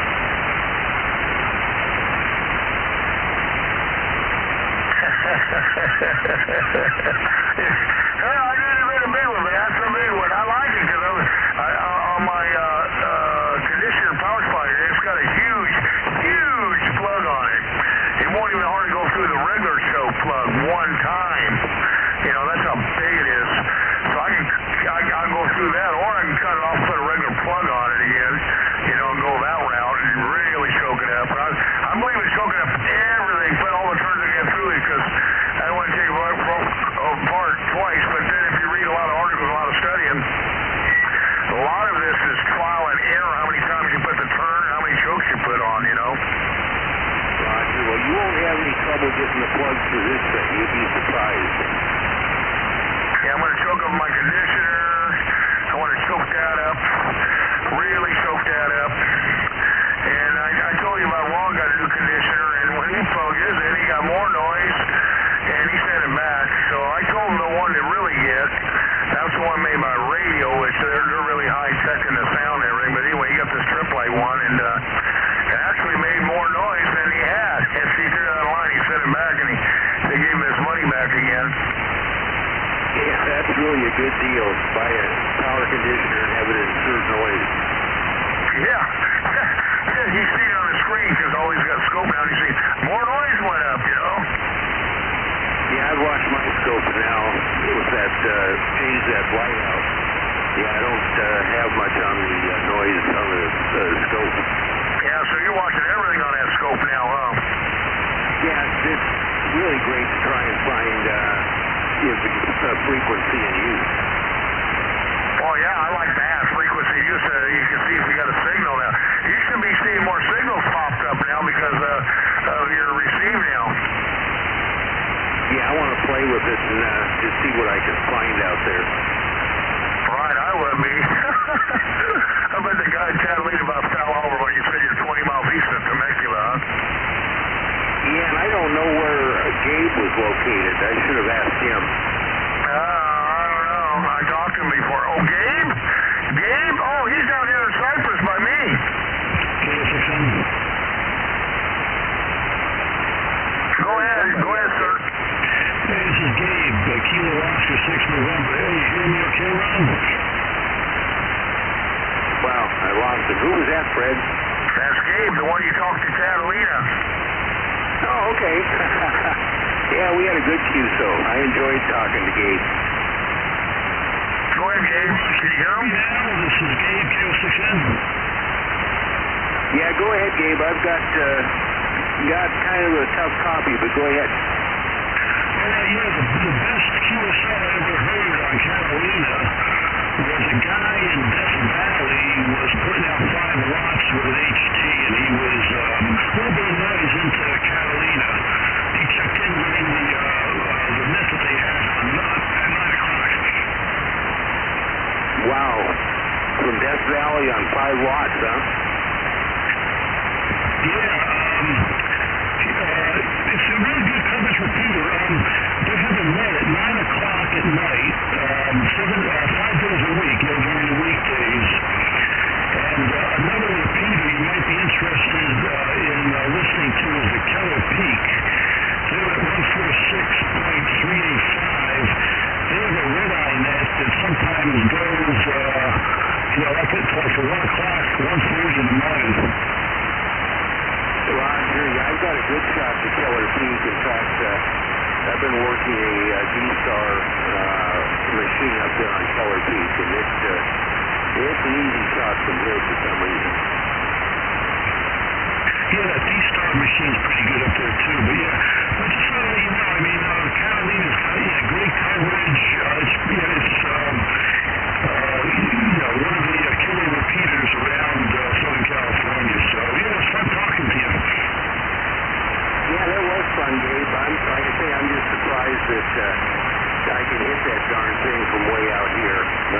I've been playing with the antenna. Freddie and I had tried to talk earlier on it. And I said, well, what the heck? I threw my radios up on the tin roof on the shed, and boy, what a difference. I got into it.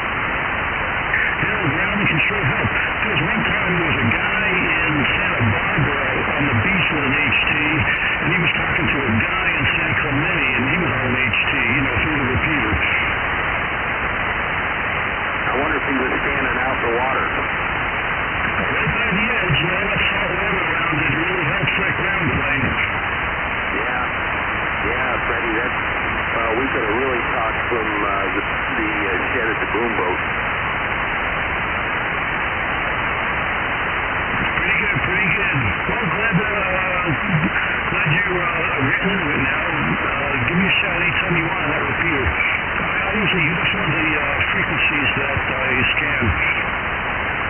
Okay, Gabe, I'll remember that. Yeah, that was my first contact, so I'll remember that one. Okay, very good. So what do you think, Fred? That's pretty good. I helped him with that today. We've been working on the antenna so he can be talking about it. Tell him about your D-Star system there, Gabe. Oh, yeah, I've got a D-Star repeater here. The guys have been using it lately. Had it up since about 2016.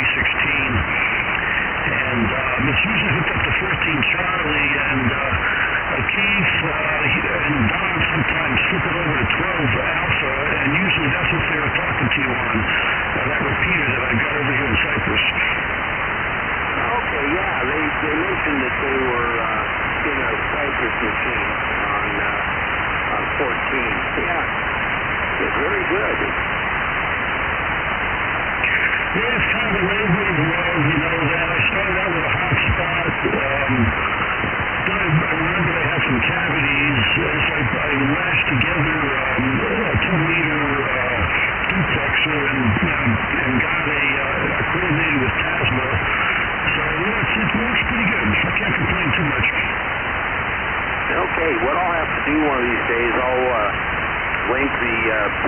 machine up on reflector 14. All right, sounds good, sounds good. Yeah, Keith and Don sometimes link up to 12 Alpha. Sometimes we go over to 1 Charlie or 30 Charlie. Yeah, 1 Charlie or 30 Charlie. So it's pretty good. Guys having fun. Now Keith's got a 9700. Is that what I understand? I do. 9700, so everybody's on them now. Congratulations there, Keith. Yeah, I got a 9700 too, so it's one big happy Icom family. Well, think about this. Ron's got one, he's talking on one. Fred's got one, he's talking on one. Greg's got one, he's talking on one. You got one, I got one. All of us right now pretty much got one. It's on the frequency, I think. Yeah, the peer pressure was just too great, so I bowed down to the pressure. Ward's got one. Oh, yeah, Ward. Rob. Well, it's a balance of pressure that you'll never regret. I'm very happy with this radio. This is a pretty special radio. Hey, did you, what versions of firmware did you get with it? Because I think they were shipping 1.2 and they got a 1.3 version now.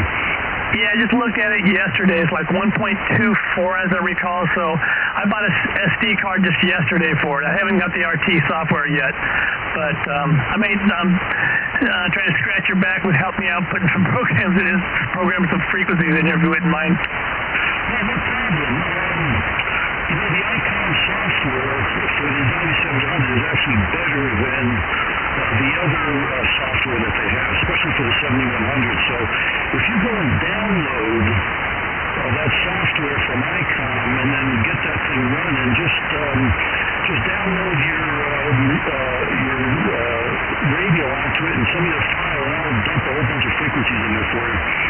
That'd be sweet. I just got my little laptop, PC laptop from my son yesterday. He was borrowing it, so I got it yesterday so I could start doing some stuff because I understand that RT is only good for PC for 9700. Yeah, that's true. And the Icom's only good for the PC also. But yeah, with the Icom, with the CS9700, the big thing with the Icom software is that you're able to copy and paste between programs really easily. Before it was very manual driven, so I can just copy and paste a whole bunch of stuff in there, and it's not that hard. That Icom software for 9700 is actually pretty easy to use. It's not that hard to figure that thing out. So yeah, download that and send me that file, and I'll just dump that stuff in there for you. Oh, that sounds awesome. I'll still need the RT software though to make it work right, to paste it in properly, or no? Negative. You can just use the Icom stuff. Try it if you like it. If you get used to it, stick with it. You don't need, if the Icom works for you, you don't need the RT. Okay, well, good to know. Maybe I'll try that first before buying the RT software then. Yeah, just give it a shot. I mean, it's free. You can't complain about that. And the only thing I don't like about the 9700 is that it really only has 200 memories. One for 2 meters. Actually, it's got 300. Yeah, 100 for 2 meters, 100 for 440, and then 100 for 1.2. But it's a base station, so you don't really need all the memories like a mobile rig. So it's okay. It's fine. I mean, it's just it was just something that I wasn't aware of, but it works fine. It's a really great radio. Well, I wasn't aware they only had 100, but that's plenty for me. That's plenty for me. Yeah, and you also need to.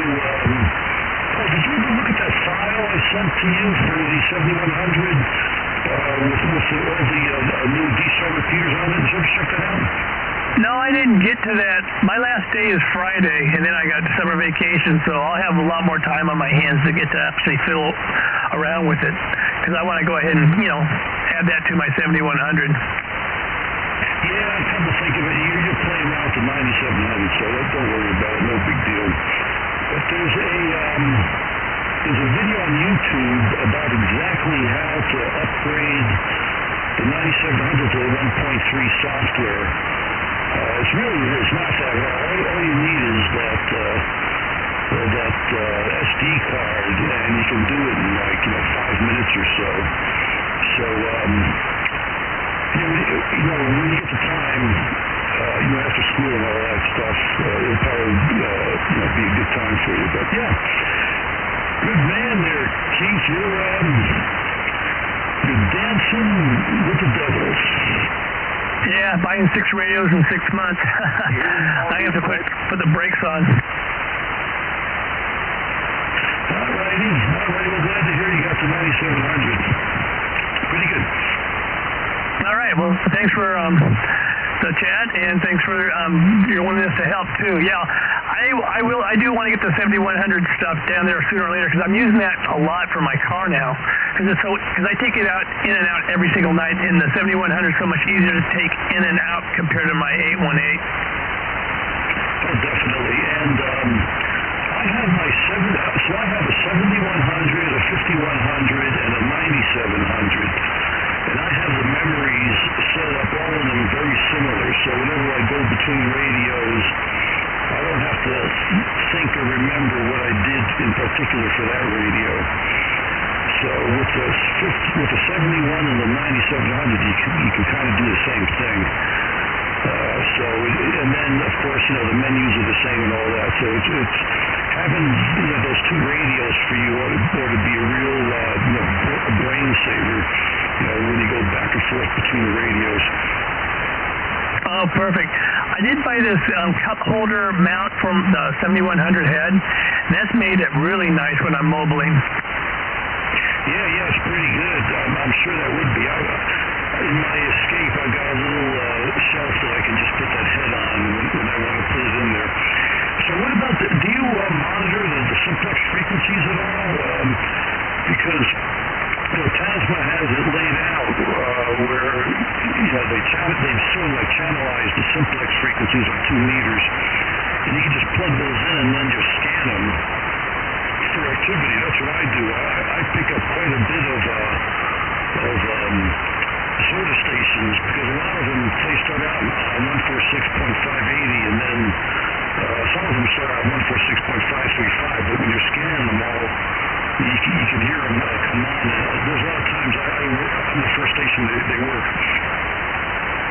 Yeah, I mean, I hang out at 146.520 here and there, but sometimes I'll have like the waterfall on where I'll see them at a different little spot. I'll jump up there and catch them sometimes, but yeah, I don't do a ton of it though. I hang out here the most, it seems like. Yeah, I hear you. And one bad thing about sideband is you can't really scan. You can't have a bunch of FM frequencies and then scan on sideband because with sideband the squelch is always open, so it'll always stop at that frequency. Oh, Roger. Anyway, I'm going to hand it over to whomever else wants to talk. But thanks a lot for the conversation. 73, thanks for the willingness for you to help. No problemo. K6N. Hey, Greg. Have a good evening. K6N, W86AB.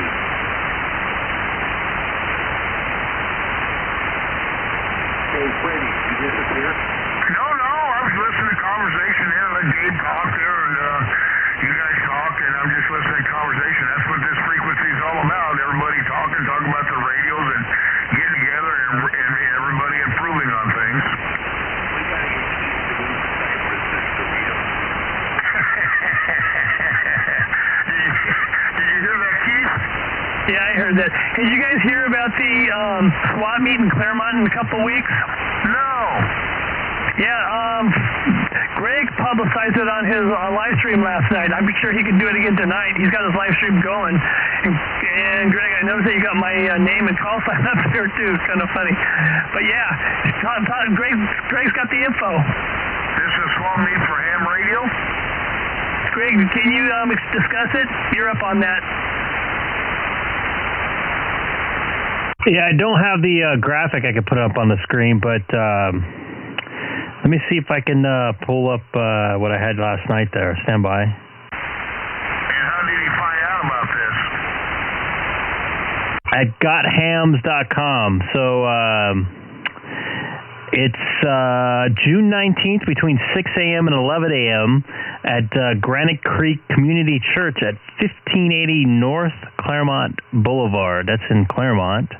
The zip for that is 91711. Once again, 6 a.m. June 19th at Granite Creek Community Church, 1580 North Claremont Boulevard. That's in Claremont.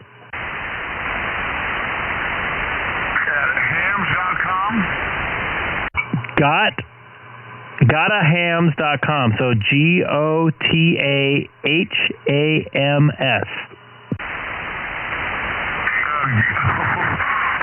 Well, that's the website there, Gotahams? Gotahams, yeah.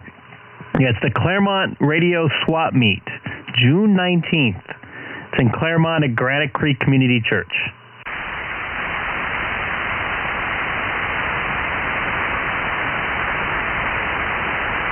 Fred, what I understand, they're going to be doing this every third week of the month, if I understand things right. Okay, and this started this. Well, we used to have one up there by the LAX airport there on Aviation Boulevard. Yeah, the TRW one, right? Right. Well, this is a different one. I've been to the TRW one. That's quite a big one. Yeah, I was talking to David, and he's telling me that, the Bozo 12, that towards the end, it started getting kind of where people were, like, selling refrigerators and everything else. It's not just a ham radio swap meet.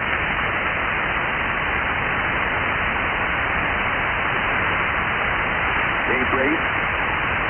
Yo. I'm going to get out of here for the time being.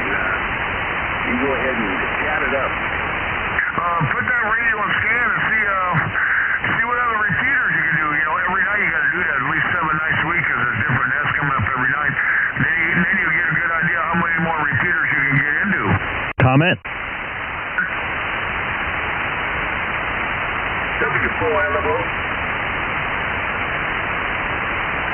Comment? Is that Ron? I can actually hear him. Ron! Hey, what? Greg can hear you. Yeah, I just heard him, too. Wow! Ron, I can officially put you in my book here. What's your call letters? Whiskey Alpha 6, Alpha Bravo. Excellent, Ron. Finally. You've made some really good improvements, and I can finally hear you, buddy. It's good to hear your voice. I've heard so much about you from Fred. Your small little improvements over time have made a difference for me to hear you.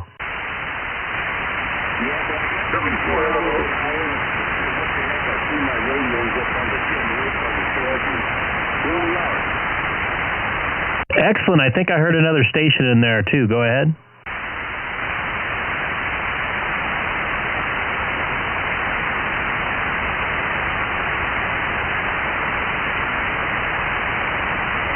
I think it just might be some jammer.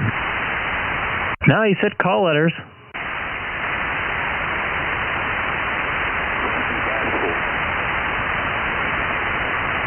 Something possible? Greg, are you streaming tonight? I am streaming. Feel free to jump in. Don't forget to hit that subscribe button. Trying to get to 200 subscribers by the end of this month. You hear that, Ron? So tell everybody out there in Radio Land what you all did, because you're being streamed right now on YouTube. Yeah, I think I subscribed to his channel. I'll have to check, but I saw it, and I think I subscribed to it. Excellent. Tell us what you did. I wondered how did you get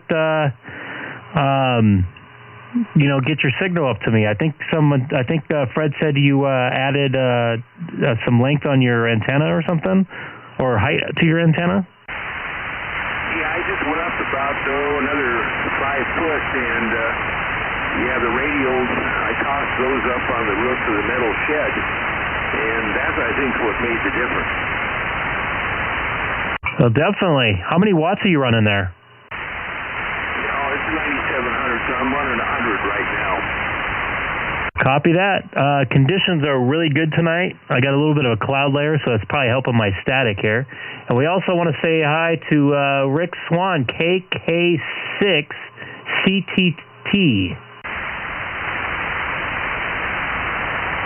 He's listening on the stream tonight. I'll have to go in and watch it.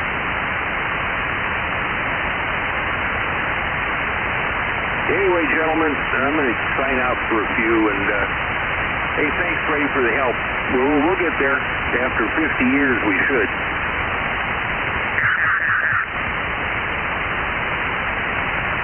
Anyway, 73's there, WA6AB, 20 miles east of Temecula, California. 73's there, Ron, and we'll catch you later. KN6 West. Go ahead there, K6EGG. Pick it up there.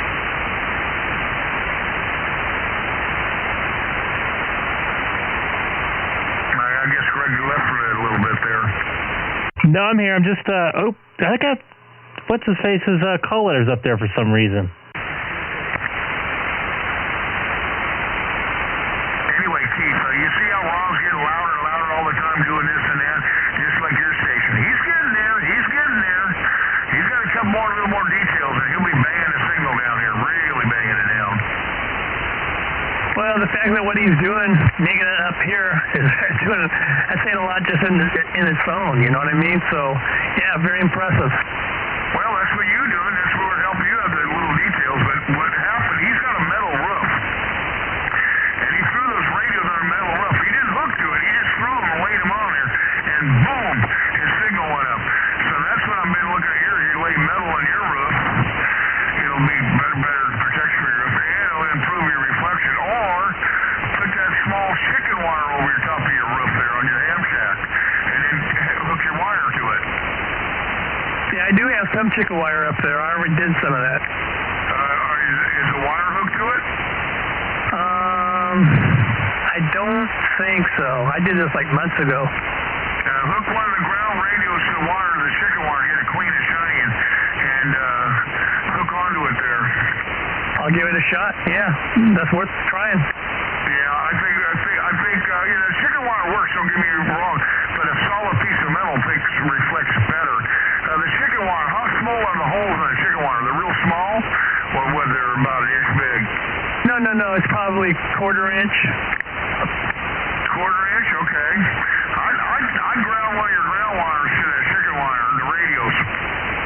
All right, I'll have to do that. I'm not going to obviously do it tonight, but I'll get around to it. Yeah, and that might just change, just like Ron. He threw it up there, bingo, just like that. It was a big change. So that might be the next little element on your antenna there. Yeah, right now I have them all tied into my guide wires. Okay. Go ahead. Another thing you might want to do, Keith, is sometimes up 400 is sometimes notorious. It has a solid aluminum conductor, and sometimes it'll break.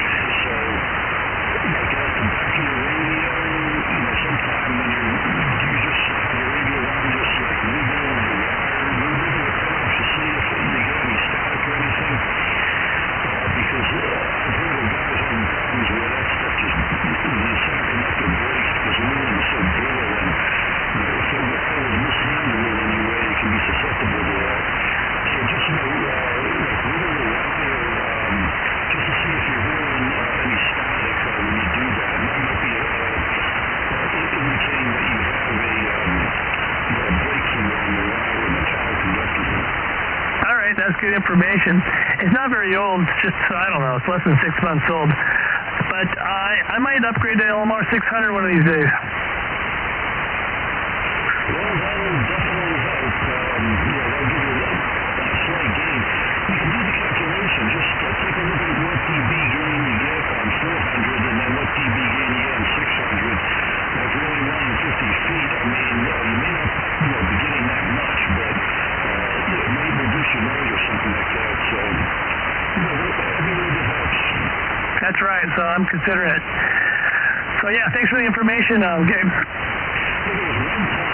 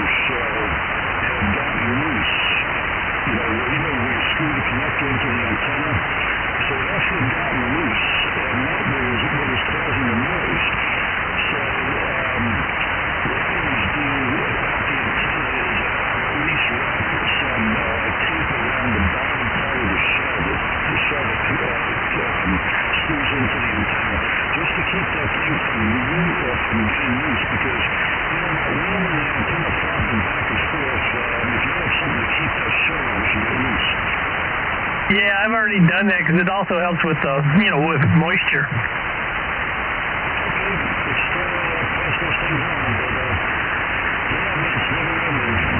Yeah, that's good information. I appreciate that. I'll take any insight that anybody can throw you.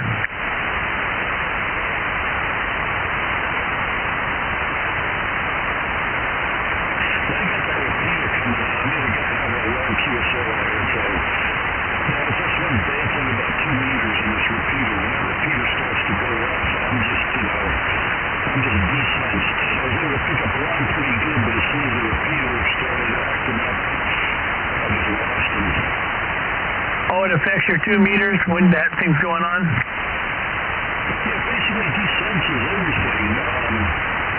2 meters, I just can't have. If I can hit the repeater still, right, and I can do simplex. You're not too far away, but when you're talking about Ron or somebody, 50 miles away or something like that, it just messes it all up. Is there like any gentleman's agreement or anything with how long somebody should talk on it at one time or anything with your repeater? Well, generally speaking, on repeaters, it's acceptable to have a 20 to 30 minute QSO. But anything longer than that is unofficially considered to be tying up the repeater for too long. Okay. I'm a member of the WIN system, although I don't use it anymore. Haven't used it probably for 4 or 5 months. And they say 10 minutes at the WIN system. Well, because they got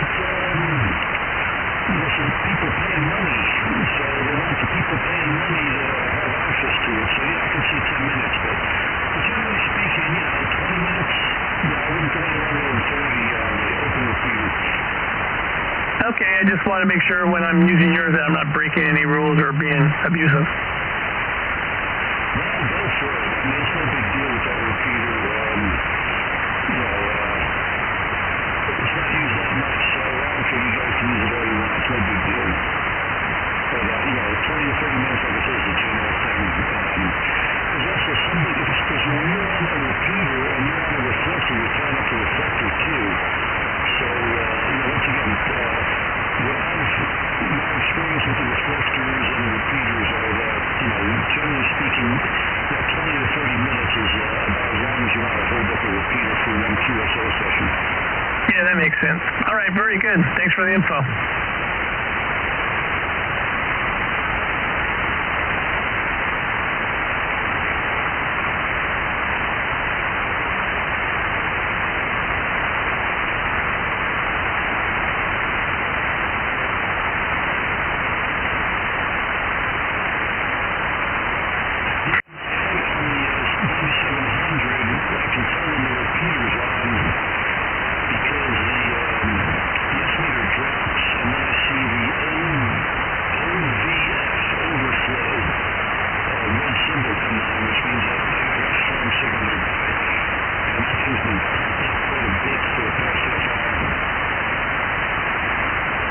So your repeater's pretty busy right now.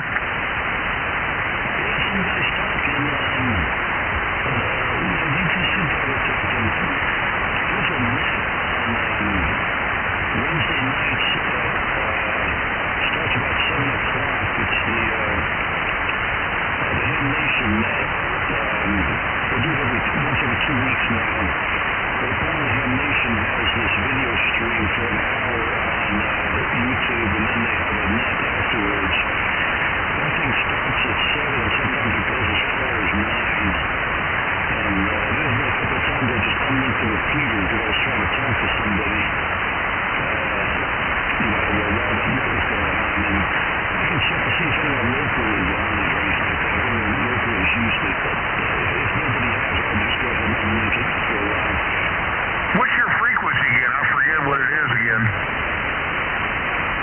It's 144.895.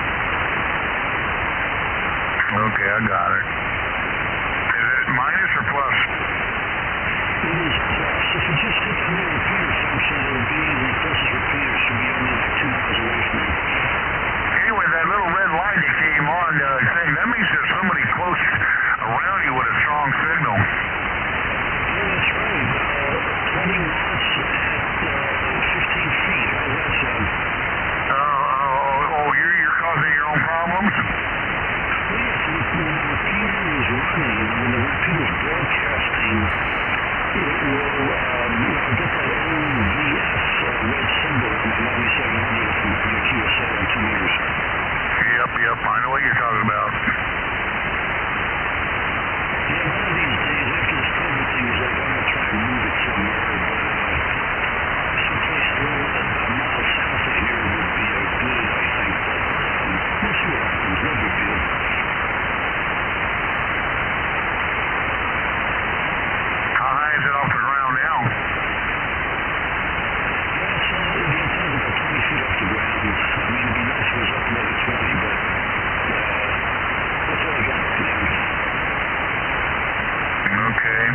guy's got a real tall building down the street from you.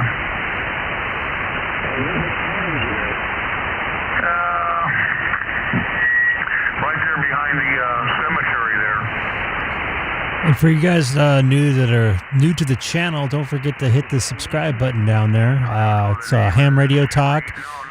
This isn't really a net. This is more just some rag chew, but we also have some really good topics. We're talking about D-Star right now. We always talk about audio and microphone gain, stuff like that, as well as antennas, of course. That's a big topic in ham radio, and making your ham radio station sound as good as possible. Amplifiers is another one. So don't forget to hit the subscribe button down below to the right and subscribe, and hopefully you can join in. Most importantly, if you guys are local to Southern California, I'd love to hear you jump in. Here on 144-250. I'm in the city of Chino. My name is Greg, K6EGG. So if you're within that area, maybe 50 miles or so, feel free to jump in. Another thing, one of the main reasons why I have this on here is so the local guys can hear how they sound and different improvements they make, stuff like that. This is also spreading it for anybody outside the area. So thank you for watching, and keep tuning in.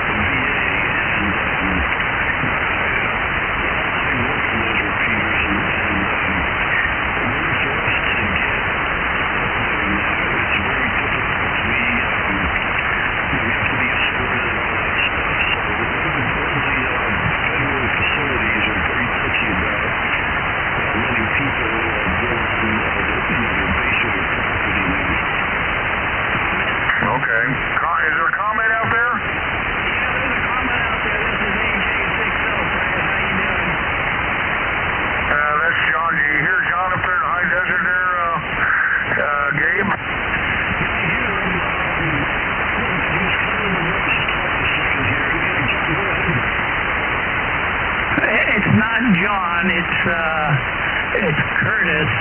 Oh, wait a minute, I got to turn my power up. I'm sorry. Stand by. It's Curtis, okay. Yeah, I was going to make a comment. Can you hear me now? I can hear you now, good. Okay, I had it turned down to 30 watts. So anyway, I wanted to let you know about right when I got my license in about the late 70s, there and down the street from where I lived, there was this church. And it had this great big steeple. It had to be about 70, 80 feet tall. And of course, on top of the steeple, there was a cross. And guess what was bolted to the side of the cross? A multi-band vertical. And every time I drive by there, I would think, thank you, Jesus.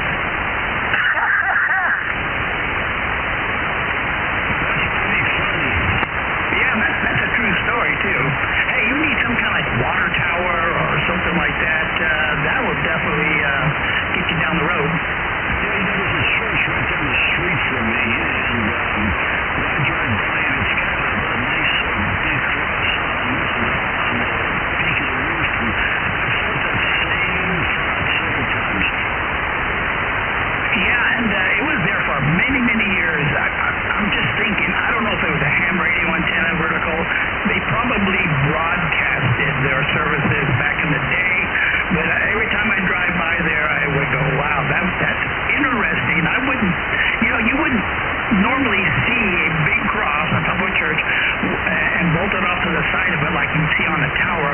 This great big, huge multi-band vertical. It was very interesting to look at. Yeah, maybe one of the priests there was a ham radio operator.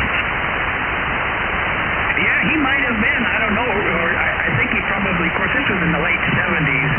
I'm assuming, I remember that the Crystal Cathedral used to be a drive-in movie theater, and I think when he started, he used to preach, and they had the little speakers that you put in your windows, and that was definitely a unique idea. Did you pick up popcorn too during the service? Well, you probably had to bring it yourself. I was wondering there. Yeah, I got some good ideas, man. Hey, Fred, what do you think of Keith's new radio? It sounds pretty good, huh? Yeah, it sounds pretty good. Did you hear Ron out there tonight? W86AB? I heard Ron. He was a S3. Oh, he's louder now to you, right? Yeah, he was coming in really good. 5 feet. Making your antenna 5 feet higher, it does make a difference. And he threw the radios on top of the roof, so you can't hear him loud. Is his audio pretty loud with that signal? Oh, I was able to copy him 100%. Nope. There was, didn't have to strain at all to hear him. Okay, you should have broke in and called Ron and told him that. Well, there's plenty of time. Plenty of time. I've talked to him, I think, once or twice on D-Star, on that one repeater. What is it? 4456 something, something like that. Yeah, but now he just raised up his antenna today and threw the radios up there. Because I made him go key up the Catalina repeater when he raised it up, and he could key it up, but his audio wasn't in there. And then an hour later, he threw the radios on the roof, and boom, he got right in the Catalina and started talking to Gabe here.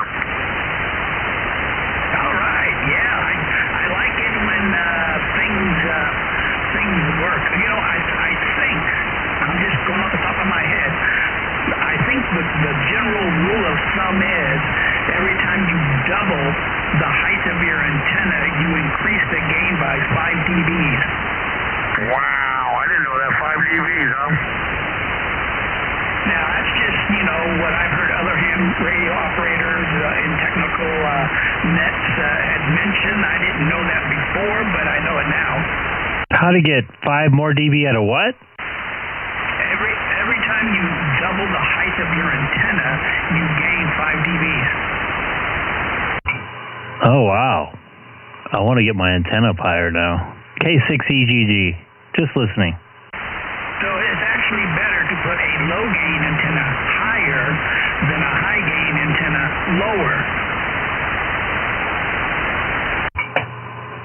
I like the way you look at things there, Curtis.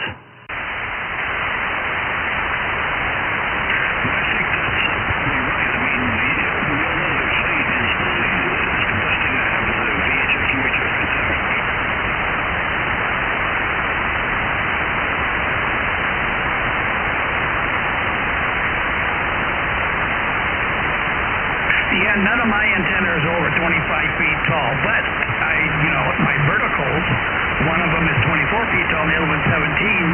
They're both at 25 foot where you screw the coax onto, but they go a lot higher. But my beam antenna that I'm using right now, it's at 25 feet also. So my verticals are actually much taller than my beam.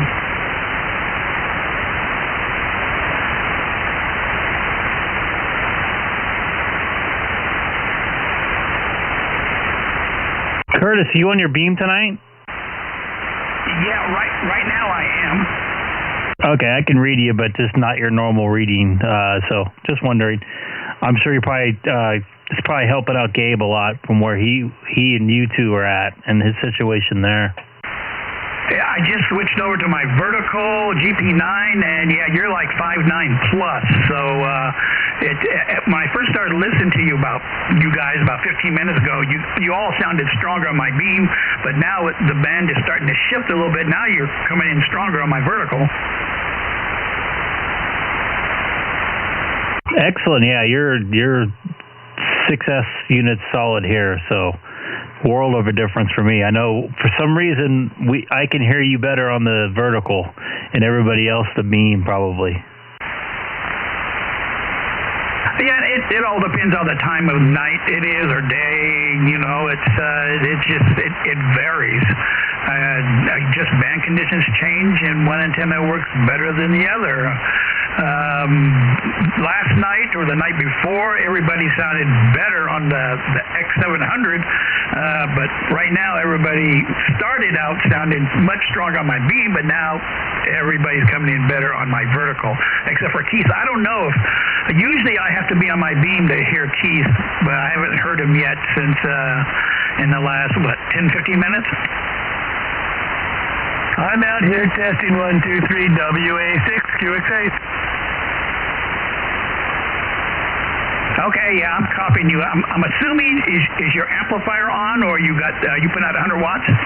Yeah, 100 watts, no amplifier.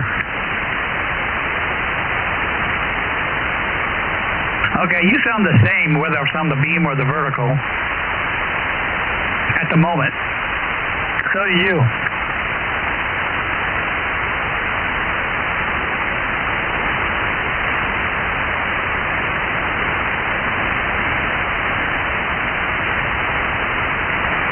So it was pretty cool up here in the high desert today and very windy.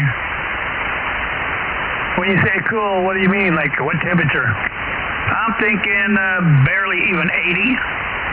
Oh, wow, so it's dropped like 20 degrees from the day or so ago.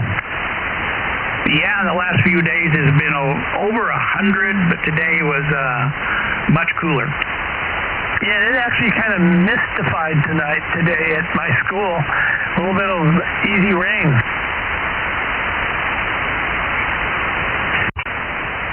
Here in Cyprus. Mystified. Now K6EGG comes in much stronger on the beam. Okay, let's see, I'm putting out 70 watts right now. How am I doing now? Well, the band is shifting a little bit. You're like S5.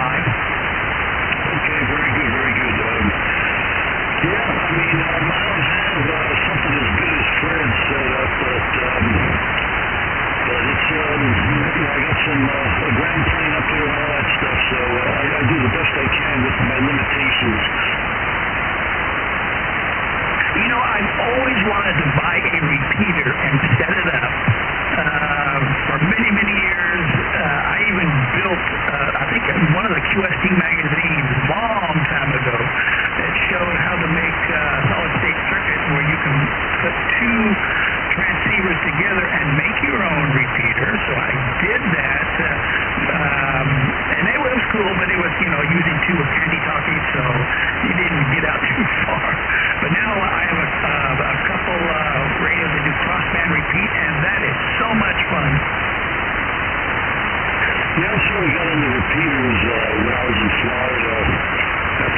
facility, we had a 6-meter repeater, a 2-meter repeater, and a 10-meter repeater. They were all linked. So that kind of got me hooked on repeaters. I was working on them just to make it work. And you can put together some really nice repeaters with two really good VHF or UHF radios. Like Motorola has some of their radios have a fervent following with a lot of hams. And with D-Star, you can buy Raspberry Pi and what they call an MMDVM board, which is multi-mode digital voice module. And you can slap together a repeater, and you can pick up some duplexers at relatively cheap prices that are made of China. I mean, they're not going to be as good as some of the other ones, but for a low-level repeater, you can put together. For anybody out there listening tonight, don't forget to hit the subscribe button. If you're listening, jump in the chat. Say hi. I was wondering where you're at and who you are. I'd love to talk to you there. We're talking, sounds like some digital repeaters right now here on the Greg K6EGG stream on 144.250.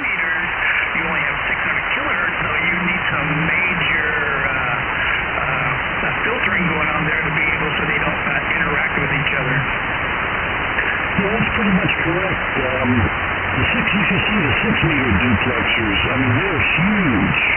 I mean, they're like 5 feet tall. The 2-meter ones are about they're under 3, and the 440 ones are about 1.5 feet, I think. So yeah, there's a big difference. And that's probably why I never built one, because those are not exactly cheap. And according to my understanding, that when you put the interconnect cables in between the duplexers, they got to be exactly the right length. You just can't run it so it's long enough and cut it off and slap it on, and it all makes a huge difference. Yeah, that was the biggest problem I had with the duplexer on the repeater that I got right now. When I got the duplexer, it was kind of it was about to be thrown away because the state of Florida, their police department, the Florida State Police were changing their radios to those trunk radios. So I got the duplexers really cheap, but I had to build the harness myself. The company that built them, they wanted $400 for them, and that was back in like 96 or 97. So nowadays they charge probably about $800 for it. But yeah, you have to be those cables have to be a quarter wavelength of the frequency that you're interested in, and so you have about a 10 megahertz spread on that. But those cables are very low power, but they got to be right, and if it's not phased properly, it just doesn't work. You don't get the dB separation that you need out of them. Now on your repeater, that's a D-Star repeater? Yes, that is correct. It's K6M. KJ6, so yeah, I think I've already tried punching in that 144.895, I think, and trying to get into it from the high desert. It did not work, but I can't remember if that was the frequency, but I will definitely, for sure, try again tonight, just to see if I can get down, because I can get into a lot of repeaters down by the beach, but since your antenna's only 20 feet high, it's probably going to be a no-go. Yeah, it'd probably be pretty touchy unless conditions are really right. But yeah, it's 144.895. And you can always just get on reflector 14 Charlie or whatever and give us a shout on 14 Charlie because that's what the repeater is normally hooked up to. Isn't there, I can get into Blue Ridge really easy from my house. I think Papa Systems, has that link, I think. Do you know? What was the question that you asked about the Blue Ridge? Yeah, I can get into pretty much all the Blue Ridge repeaters, which I think there are about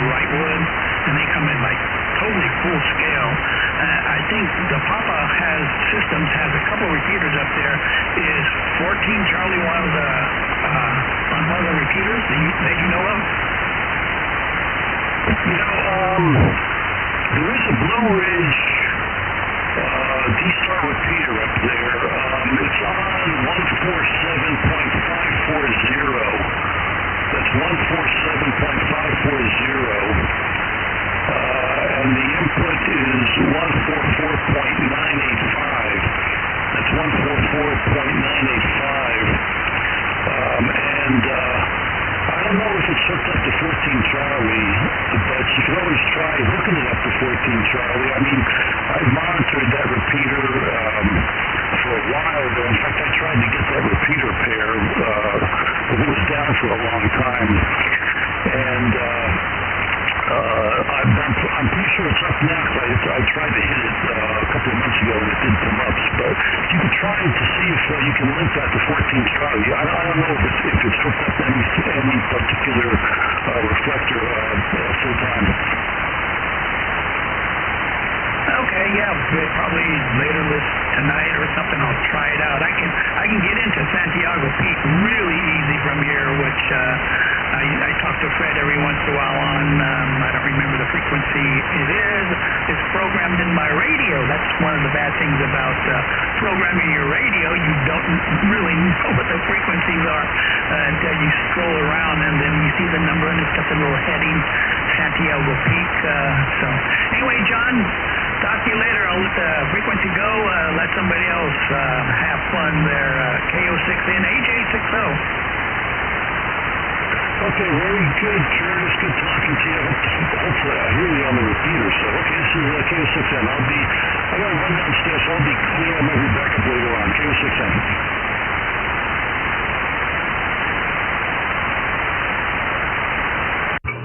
I was kind of following along. I think he's taken off for a second. Is his repeater on top of his house? Is that where it is? And Fred was trying to talk him into putting it somewhere else. Is that what I was hearing?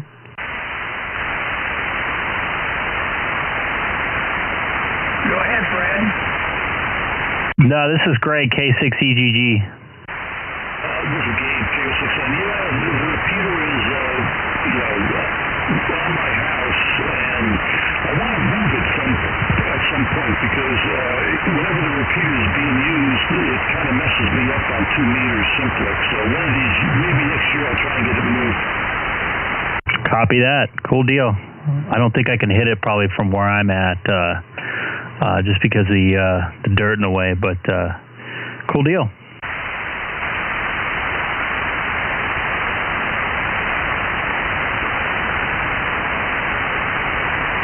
Hey Curtis, are you back on your vertical or your I'm spacing out here. It's not even 9 o'clock and I'm having a senior moment here and I'm not even a senior. Your beam. I was when I was talking to Gabe because he was coming much stronger on that than my vertical, so I'm back on my vertical now. Oh yeah, you sound nice and clear again. By the way, I drove down to Newport Beach today. I had a doctor's appointment down there. It rained on the 241 and 261. I love rain. But only if it rains a lot. If it rains just a little bit, it just kind of messes up your windshield and it just makes things a mess.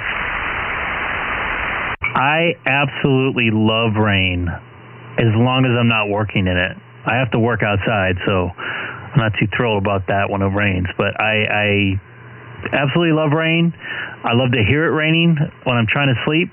I love to hear the rain when I wake up. It is a beautiful natural thing, and when it clears out, everything turns green.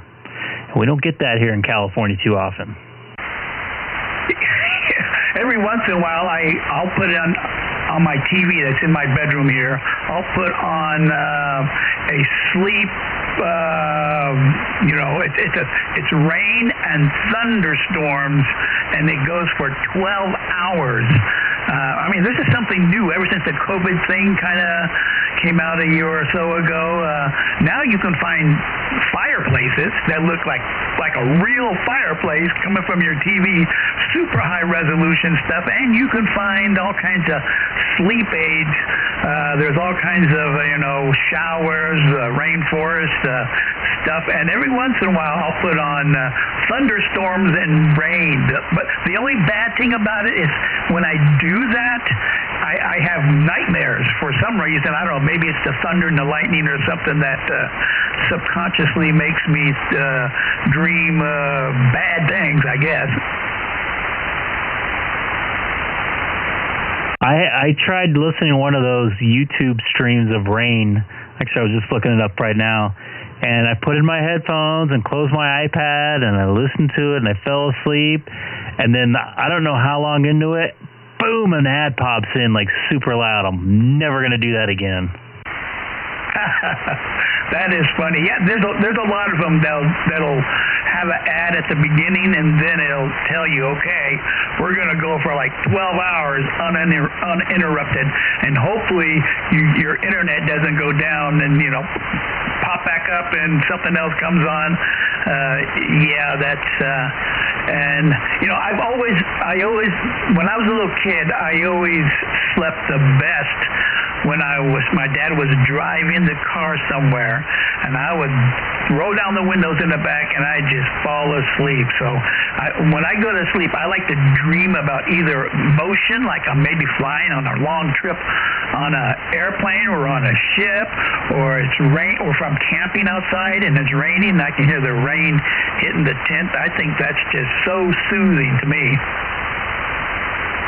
I know this sounds weird, but I get my best sleeps on Rolls-Royce engine Boeing 757s. There's something about the way those things sound. They just purr me to sleep. I think Delta has quite a few of them. But I absolutely love the sound of those engines. Any other plane, the A380 was pretty quiet. I had a nice soothing low-pitched sound, but something about that Boeing 757. So I know exactly what you mean. Yeah, it sounds like they got their jet engines tuned to the perfect white noise for sleeping. And Donald Trump has all Rolls-Royce engines on his personal, was it 737, I think? I think so. I think it's broken. I used to track it. It hasn't moved out of LaGuardia, I think, for like 2 years. But I hope he gets it going. I watched the documentary on it. I remember talking about the Rolls-Royce engines on there. Those 757s are great airplanes, man. They're like, every time I talk to a pilot that flies them, they say they absolutely love them. Yeah, I guess it's hard to go, step down in quality when Air Force One was your major transportation airplane, and then you try to go back to your jumbo jet, your personal thing. I guess is pretty hard. Yeah, I think I watched that thing on YouTube about Donald Trump's airplane and how so picky he is on what his stuff is. All the people that go in and do work on his airplane. I mean, it's got to be absolutely perfect in every way. Gold-plated seat belts, gold-plated that, and all the wood trim and everything had to be absolutely perfect in every way, or he's not happy. Yep. In fact, I seen that plane over at Ontario Airport probably 6 or 7 years ago.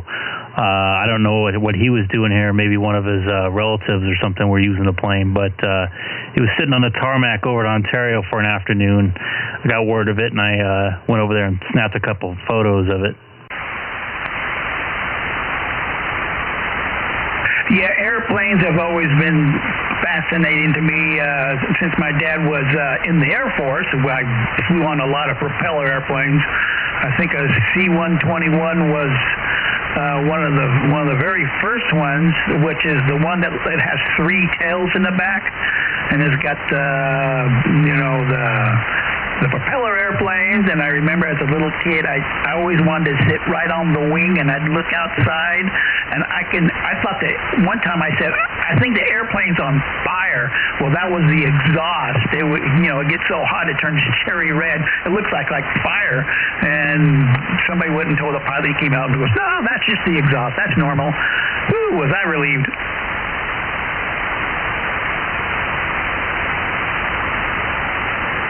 Yeah, I grew up underneath Ontario Airport's pattern of when they make a left. I believe it's called the Prado departure, because they kind of make a turn over Prado Prado Dam or Prado Park there. And just luck may have it, I ended up traveling out of the airport for the first 15 years of my career there, about once a week. So it was quite an interesting feeling every time I took off and looked down towards my parents' house. And I was thinking if there's any kids down there looking up, wondering, if they were ever going to go on an airplane like I did. So it was a pretty cool experience. I'm not traveling now because of obvious reasons, because of COVID, but maybe sometime in the future, hopefully in the fall or something like that. But yeah, that's one thing I did like. I love flying on airplanes. I just didn't like dealing with the airport part and dealing with all the customer service behind it. Yeah, nowadays you got to have a special license to fly on any airplane, especially in California. When you go to get your driver's license, you got to bring your original birth certificate and all kinds of proof that you are who you really are. And if you don't have that, oh yeah, they'll give you a license, all right, but you won't be able to fly. I don't think that's in yet. I think it's another year. They extended it. It's the real ID. And if you have a passport or something like that, they can, what's it called? It will go right through. I have a trusted traveler card. It's what do they call that? So you go through the customs and you don't have to go through customs. I just walk through, I slide the card and right on through. I forget what it's called. Yeah, my wife, my whole family, we all got passports about, I think, 18 years ago. I think they're good for 20 or maybe 10. I know I got a couple of years left, and we plan on renewing them. We never did use them. We were planning on going up to to Alaska on a cruise, and because we were going to cross the border from America into Canada, you had to have a passport. And I go, oh, man. Anyway, believe it or not, I am going to Disneyland on the 30th of this month, and I just talked to my son, and he's got a special pass. It's called an anxiety pass. I go, what the heck is an anxiety pass? It is a card that shows that you take special medication because you're kind of like manic depressive type of person, and if you got that card, you and your entire group can go to the front of the line to get on the rides faster. Oh, wow. I got to get myself one of those. That'd be great. I never heard of an anxiety pass, but evidently they have one. Anyway, I'm going to jump out of here, Greg, and let somebody else jump in. K6EGG AJ60. Copy that, K6EGG. Keith, you still out there? Fred or anybody?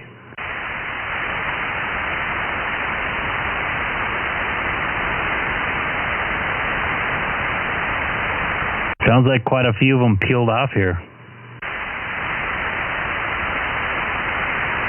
Looks like 6 are watching. I get people watching, but I don't get anybody in the chat. So I wonder, I pop on, and within the first 2 minutes, I have 3 or 4 viewers, and I try to get people to figure out who's in the watching, and they never say anything in the chat. So maybe they don't have accounts or something. Well, if they put something down in the chat, you're going to know exactly who it is, and you're going to be calling them, and they probably don't want to be called.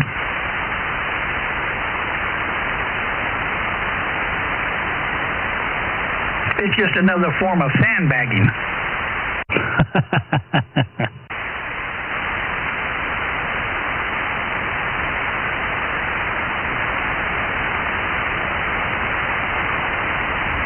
Yeah, so if anybody's listening in the chat tonight, there's 6 of you. One of them is Curtis AJ60 out in Apple Valley. It's not me, because that doesn't register if I'm watching. I am watching as a confidence monitor. So jump in and say hi in the chat. Love to hear where you're at and where you're watching and where you found us. This is Greg, K6EGG from the beautiful city of Chino.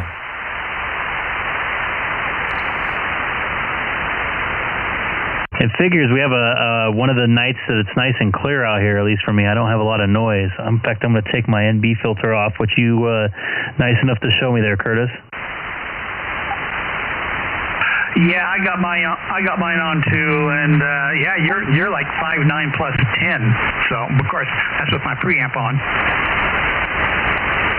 I just turned my preamp on in case anybody is else out in a distance, and anybody else out there listening, feel free to jump in. This is Greg, K6EGG from the beautiful city of Chino, and I'm about 2 miles north of the Chino airport. I got to sneeze.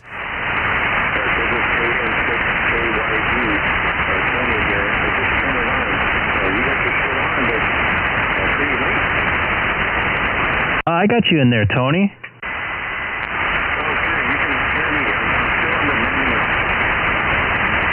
I just turned my preamp on, so I was able to hear you. So it's good to hear you in there. Hopefully you can get your antenna up there.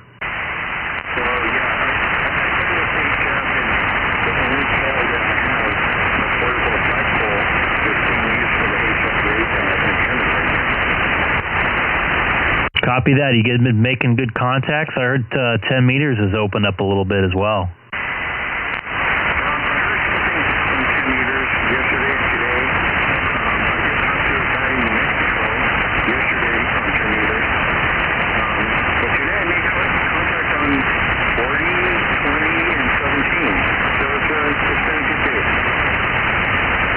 Were they local contacts or DXing?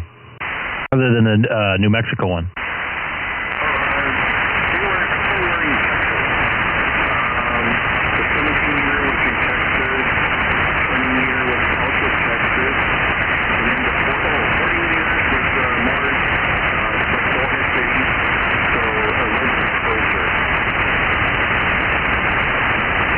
Excellent.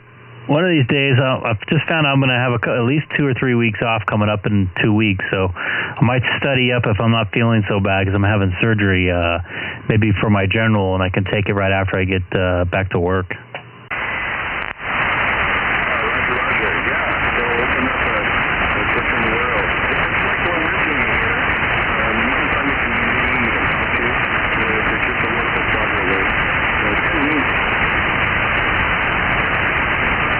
I remember listening to a net, I think it was on 20 meters.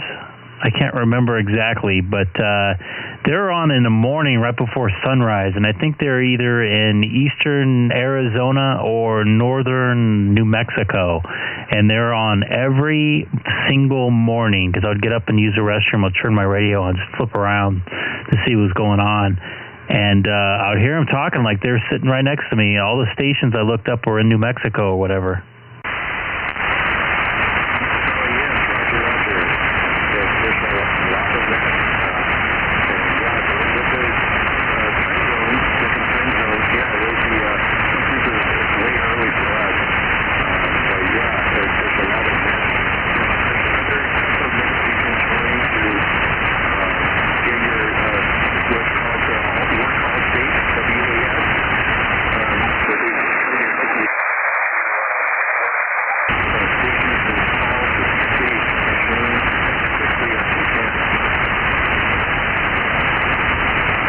Yep, absolutely. I would love to hear that.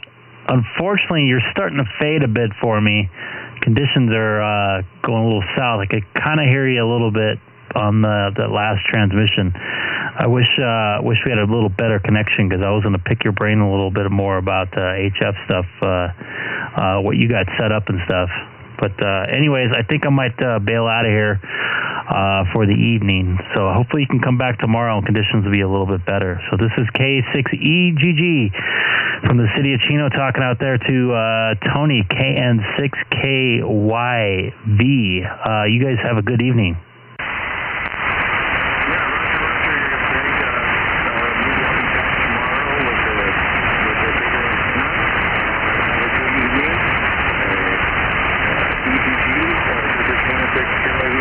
And I think Curtis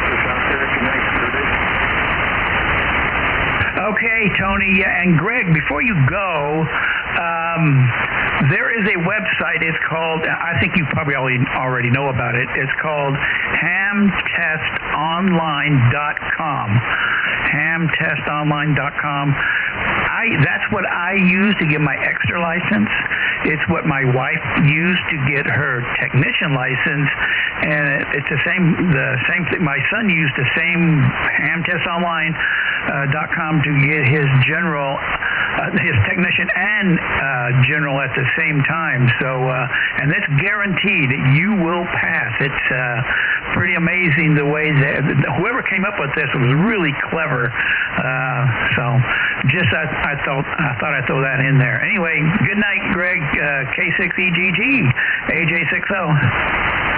I appreciate it. I'm going to check it out. I think I have that one, ham exam, and it's something else. I can't remember what else. But thanks again. And Tony, once again, have a good evening. This is Greg, K6EGG. Hey, Curtis. Hey, Greg.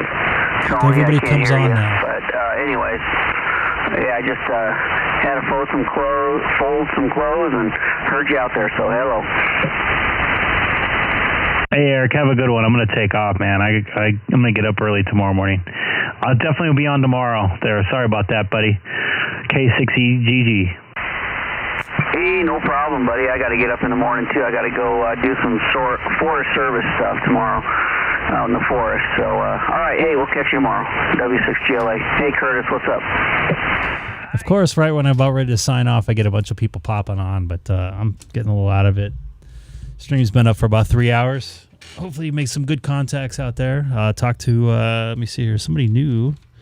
I finally heard Ron, WA6AB, out in just east of Temecula there, and then talked to Greg, WE4BY, out in the hills of San Clemente. He was up, he did a hike and did a little Minnesota activation up there. So it's good to hear some new people out there. Ron's been out on a frequency, but he made some major improvements into his station the last couple of weeks to make it so he can get out a little better and make a couple extra contacts, and I was one of them tonight. So it's great to see everybody's station getting a little better. I know Keith out there upgraded his rate. To me, it was an upgrade because he has a more standard or more stock wattage to a Icom 9700, which I have, which you see on the screen there quite often.